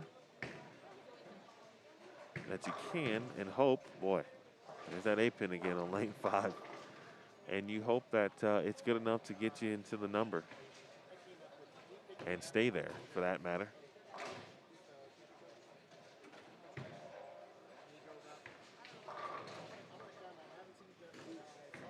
Just like that, we've got scores. Again, online, all scores will be updated after games 4 and 8 online. And how about that? That's interesting. Jacob Gill still in the lead. Now at just +1. Trey Ford at -1. He is in second. Jim Tillery now third at -69. Michael DeVore dropped to 4th at -75. Scott McCleary is 5th at -91. Chris Brunick, 6th at -93. Dennis Helmick is 7th at -106. Travis Emler is 8th at -109. Steve Ontiveros is 9th at -113. And Jerry Smith is 10th at -117.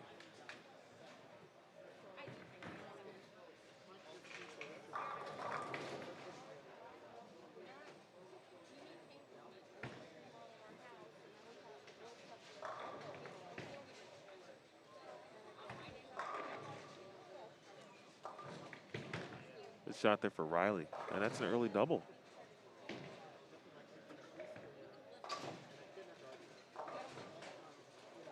Early double for Mike. Jerry Smith been hanging tough. He'll finish on 3 and 4.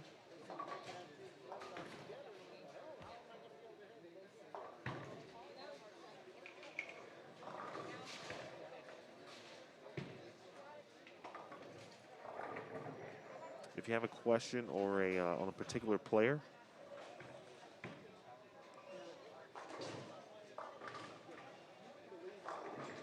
and you didn't hear their name called, let me know.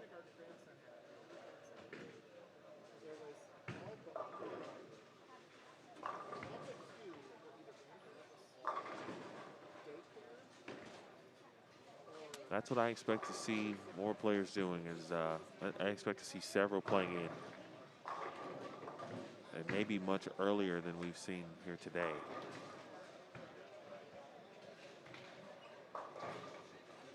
That looks to be where you're going to get the most of your pins from, except those who can really bring the noise by playing the gut. I think whoever's going to win this tournament is going to be one of the most versatile players, in my opinion. I think it's just already showing you got to be able to play a couple of extreme zones, potentially, if you want to score. And what is extreme for one person may not be for the other, and that's certainly understandable.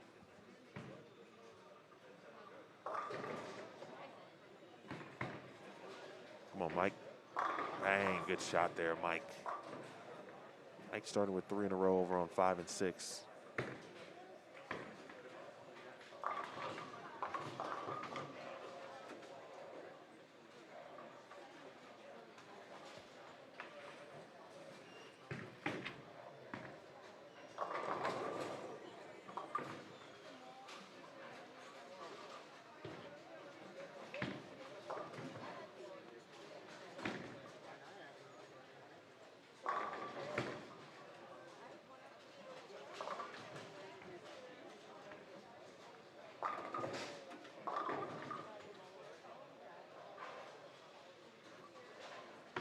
CJ Valencia had one of the best looks, I thought, within the first couple of games. He was kind of in that 15 to 10 zone. Ball speed was very consistent.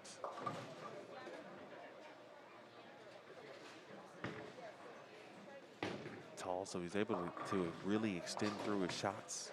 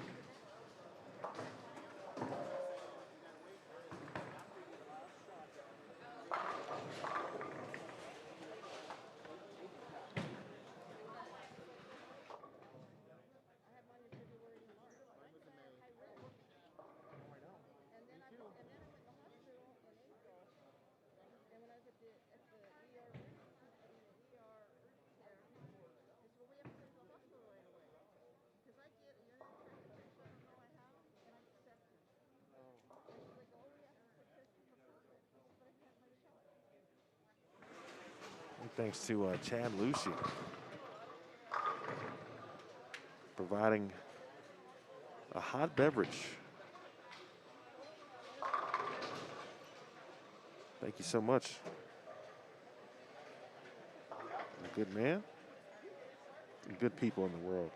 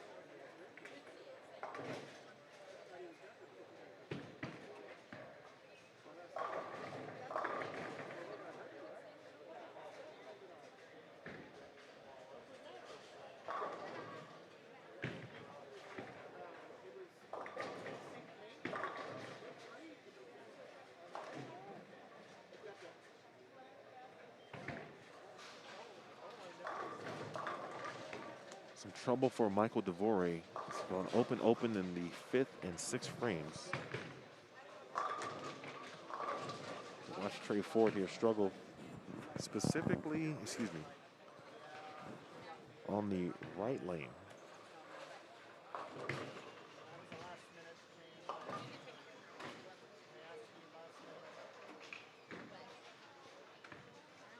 Jacob Gill has gone open, double, spare, double.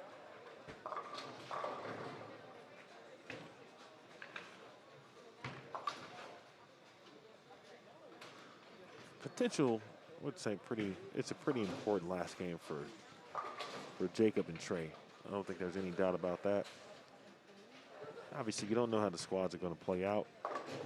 Still expect low scores throughout, but you just never know. But the likelihood of you leading a squad and not making to the top 32.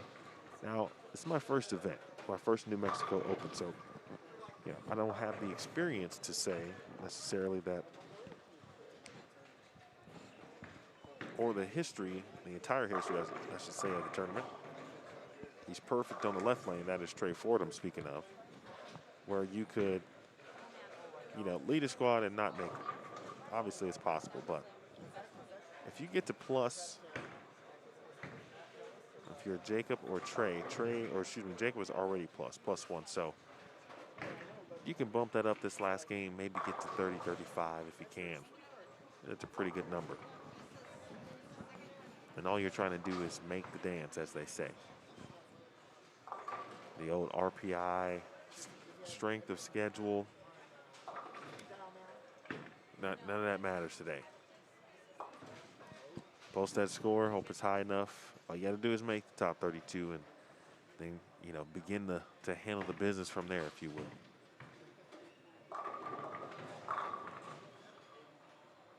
Well, Scott McCleary.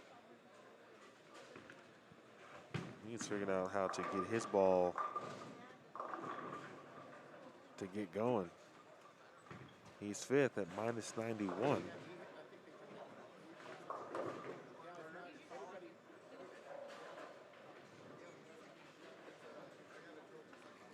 He's going triple, 9 spare, double.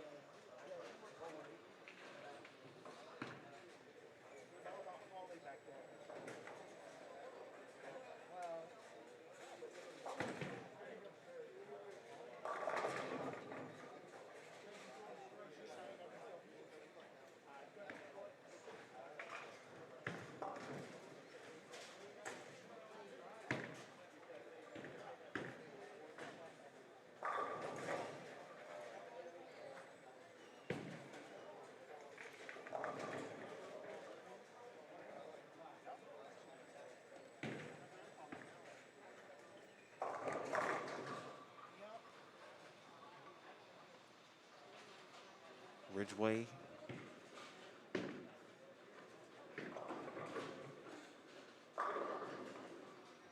Hope he found his purple hammer that he was looking for last night. Push a little bit for Mr. Lawson. And Chamber over on 11 and 12. Let's take a look quickly at a good opportunity at seeing McCleary's ball motion. Of course, as soon as I go to him, he misses left, but he's been able to really open up the lanes these last couple of games. Now here's Trey Ford on a lane that he has not liked.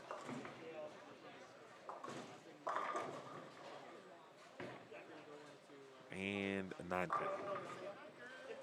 Well, it certainly was his best shot on that lane. Maybe the best shot of the game.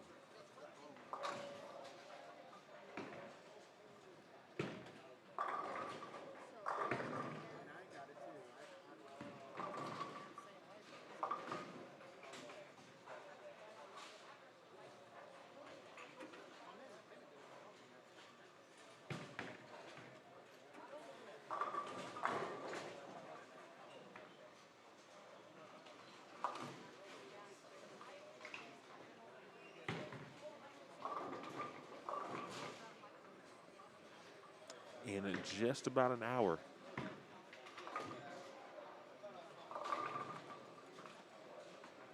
We'll go live with qualifying squad number 2 here at 10 Pins and More. The New Mexico Open. Oh, there was a no-doubter there from Ridgeway.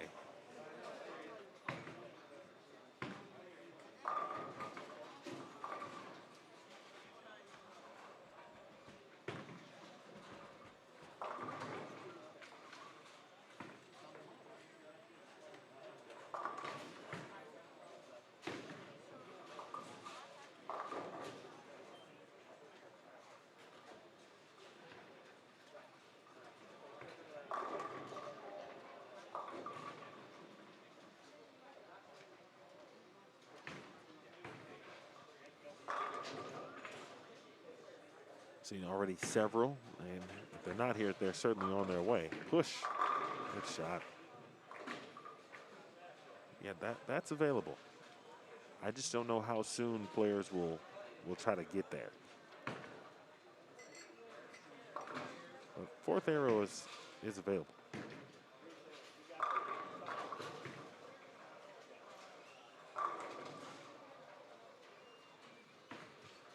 There's Brian Chamber again. Man, he really has been excellent in the front part of his game today. He's on 6 spare, 4 bagger, 9 spare strike. We are through 7, and Brian 13th. Finally shot his high game of the day at 211 in game 7 at minus 149. And trying to get that number to just double digits if he can.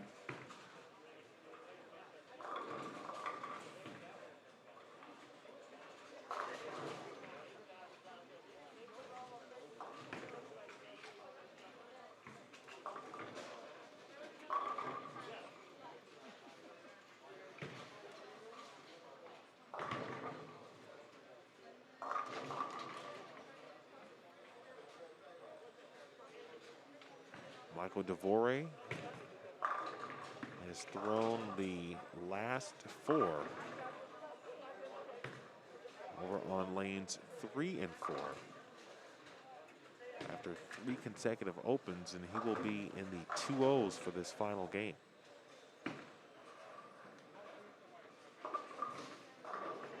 So he'll be in that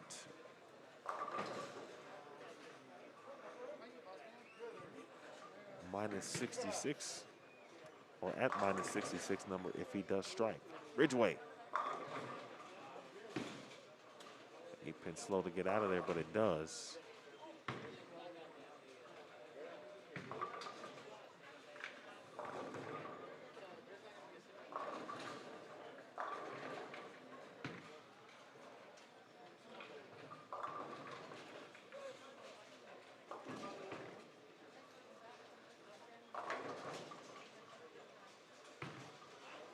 Lanes of fun here in Rio Rancho. 10 Pins and More.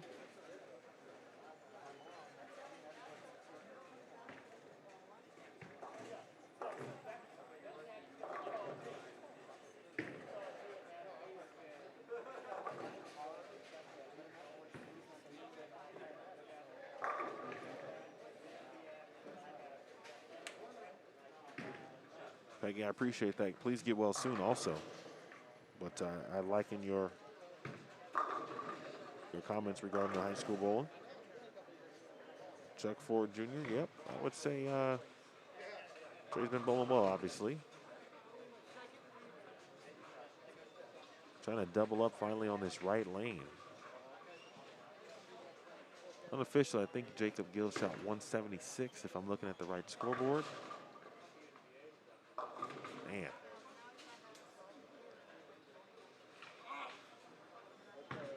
It's gone 2-8-10. I don't remember the other split on the right lane. Then he left a 9-pin and now a big 4.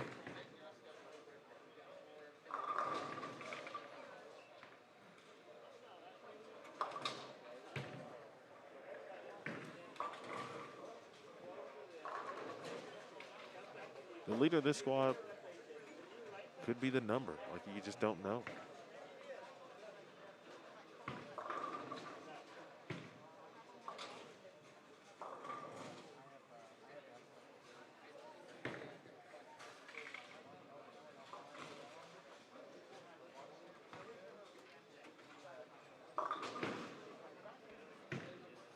after the strong start of the day. Jacob Gill, 224, 214, 196, 217.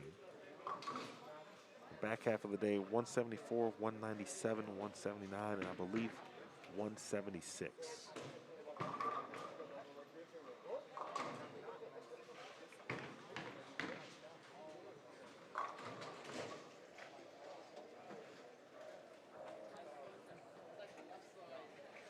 So 94 strong watching.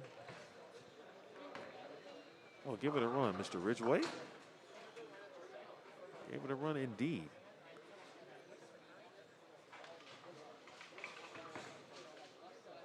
I hope your Fridays are treating you well. This particular Friday, if you're at work, maybe you're off work, maybe you got home early, got off work early. Let's go to the bowlers. Once you finish up your 18 with a qualifying round, I'll take your completed score sheets over here at the far corner of the desk. If you're checking in for the 2 p.m. block, Steve will take your entries over here at the front desk as well. All right, Trey Ford, left lane. This has been his good lane. It remains his good lane. Locked in on lane 7. Right now, still searching for answers on lane 8. The picture is certainly not as clear from the right to the left lane.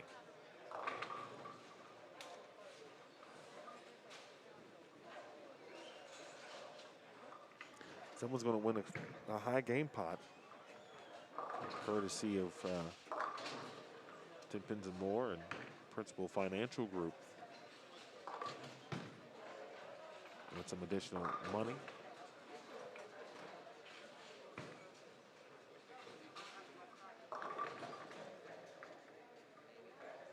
Let's finish there from Bob Edwards to my right. I was talking about Scott McCleary being able to open up the lanes.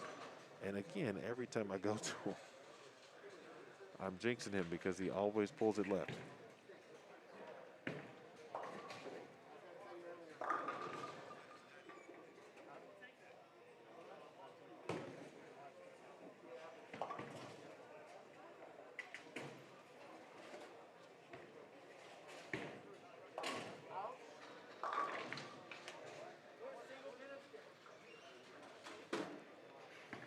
Jonathan Lawson just said, I believe that was his first missed single pin of the day. You certainly love perfection, but you can't go wrong with if you just missed one for the first time in 8 games.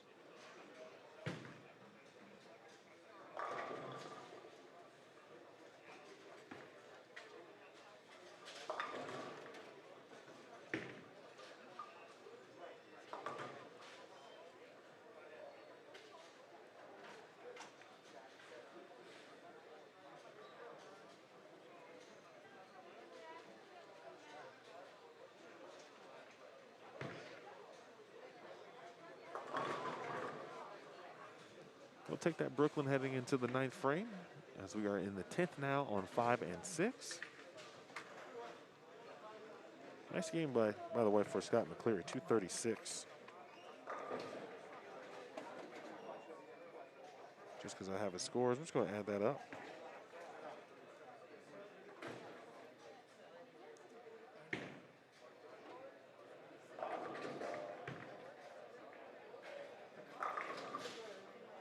$15.45 for Scott McCleary.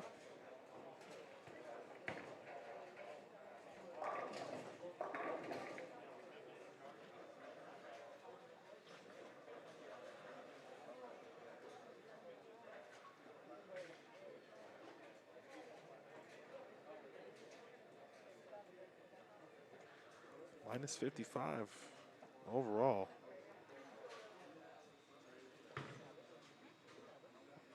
Not a bad block by any stretch. Ryan Chamber shoots 227. I tell you, he threw some really good shots today. Scores simply just don't reflect. Trey Ford again. Can he get the right lane? There you go. That's huge.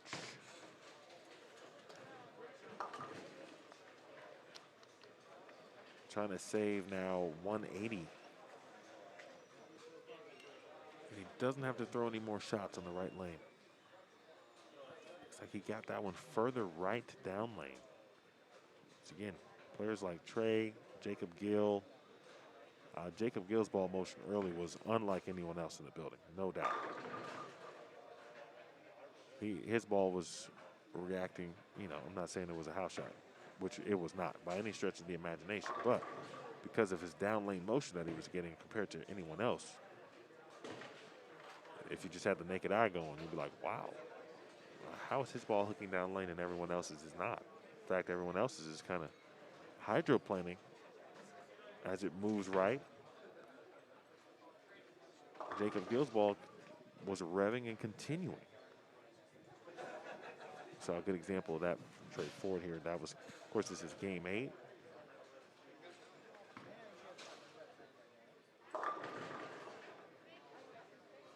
I would be interested to see if there were burn squads on this pattern, what the scores could look like. I think you'd have a few games where, you know, if you were continuing to play like what Trey's playing right now, there'd be some high scores.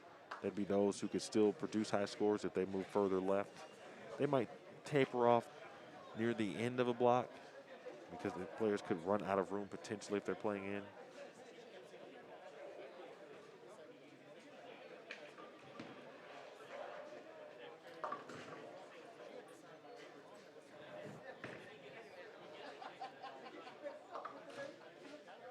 And all done on 5 and 6. We're just waiting for 7 and 8.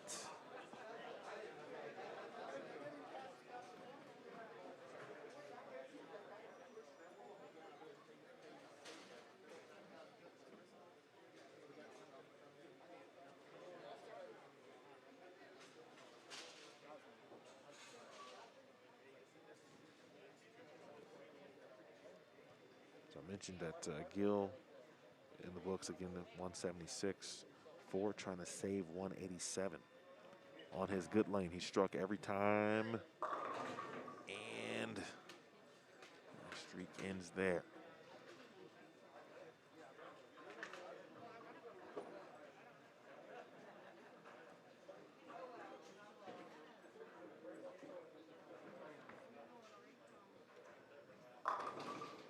$15.77 unofficially, minus 23 for Jacob Gill. Ford is going to be in the 160s. If he strikes, it'd be 166.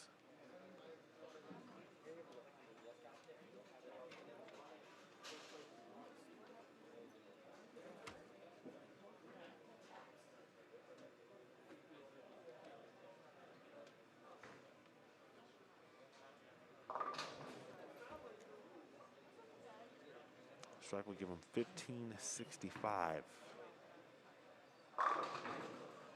Man, it's out there, folks.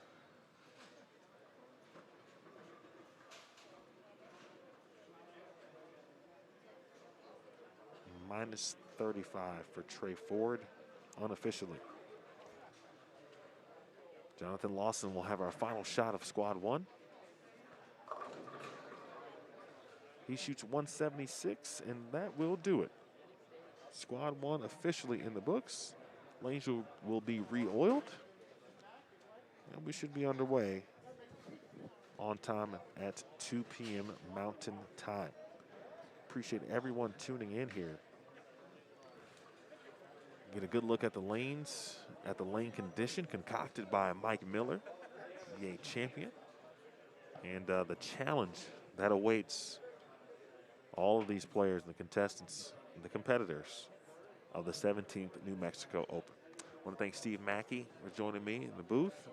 Hope to have Steve back in round number 2 for a little bit and see who else we can get in the building as well.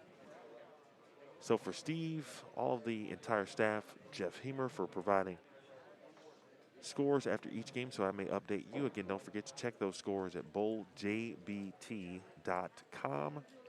You'll see adult scores, or excuse me, scores for the Adult New Mexico Open.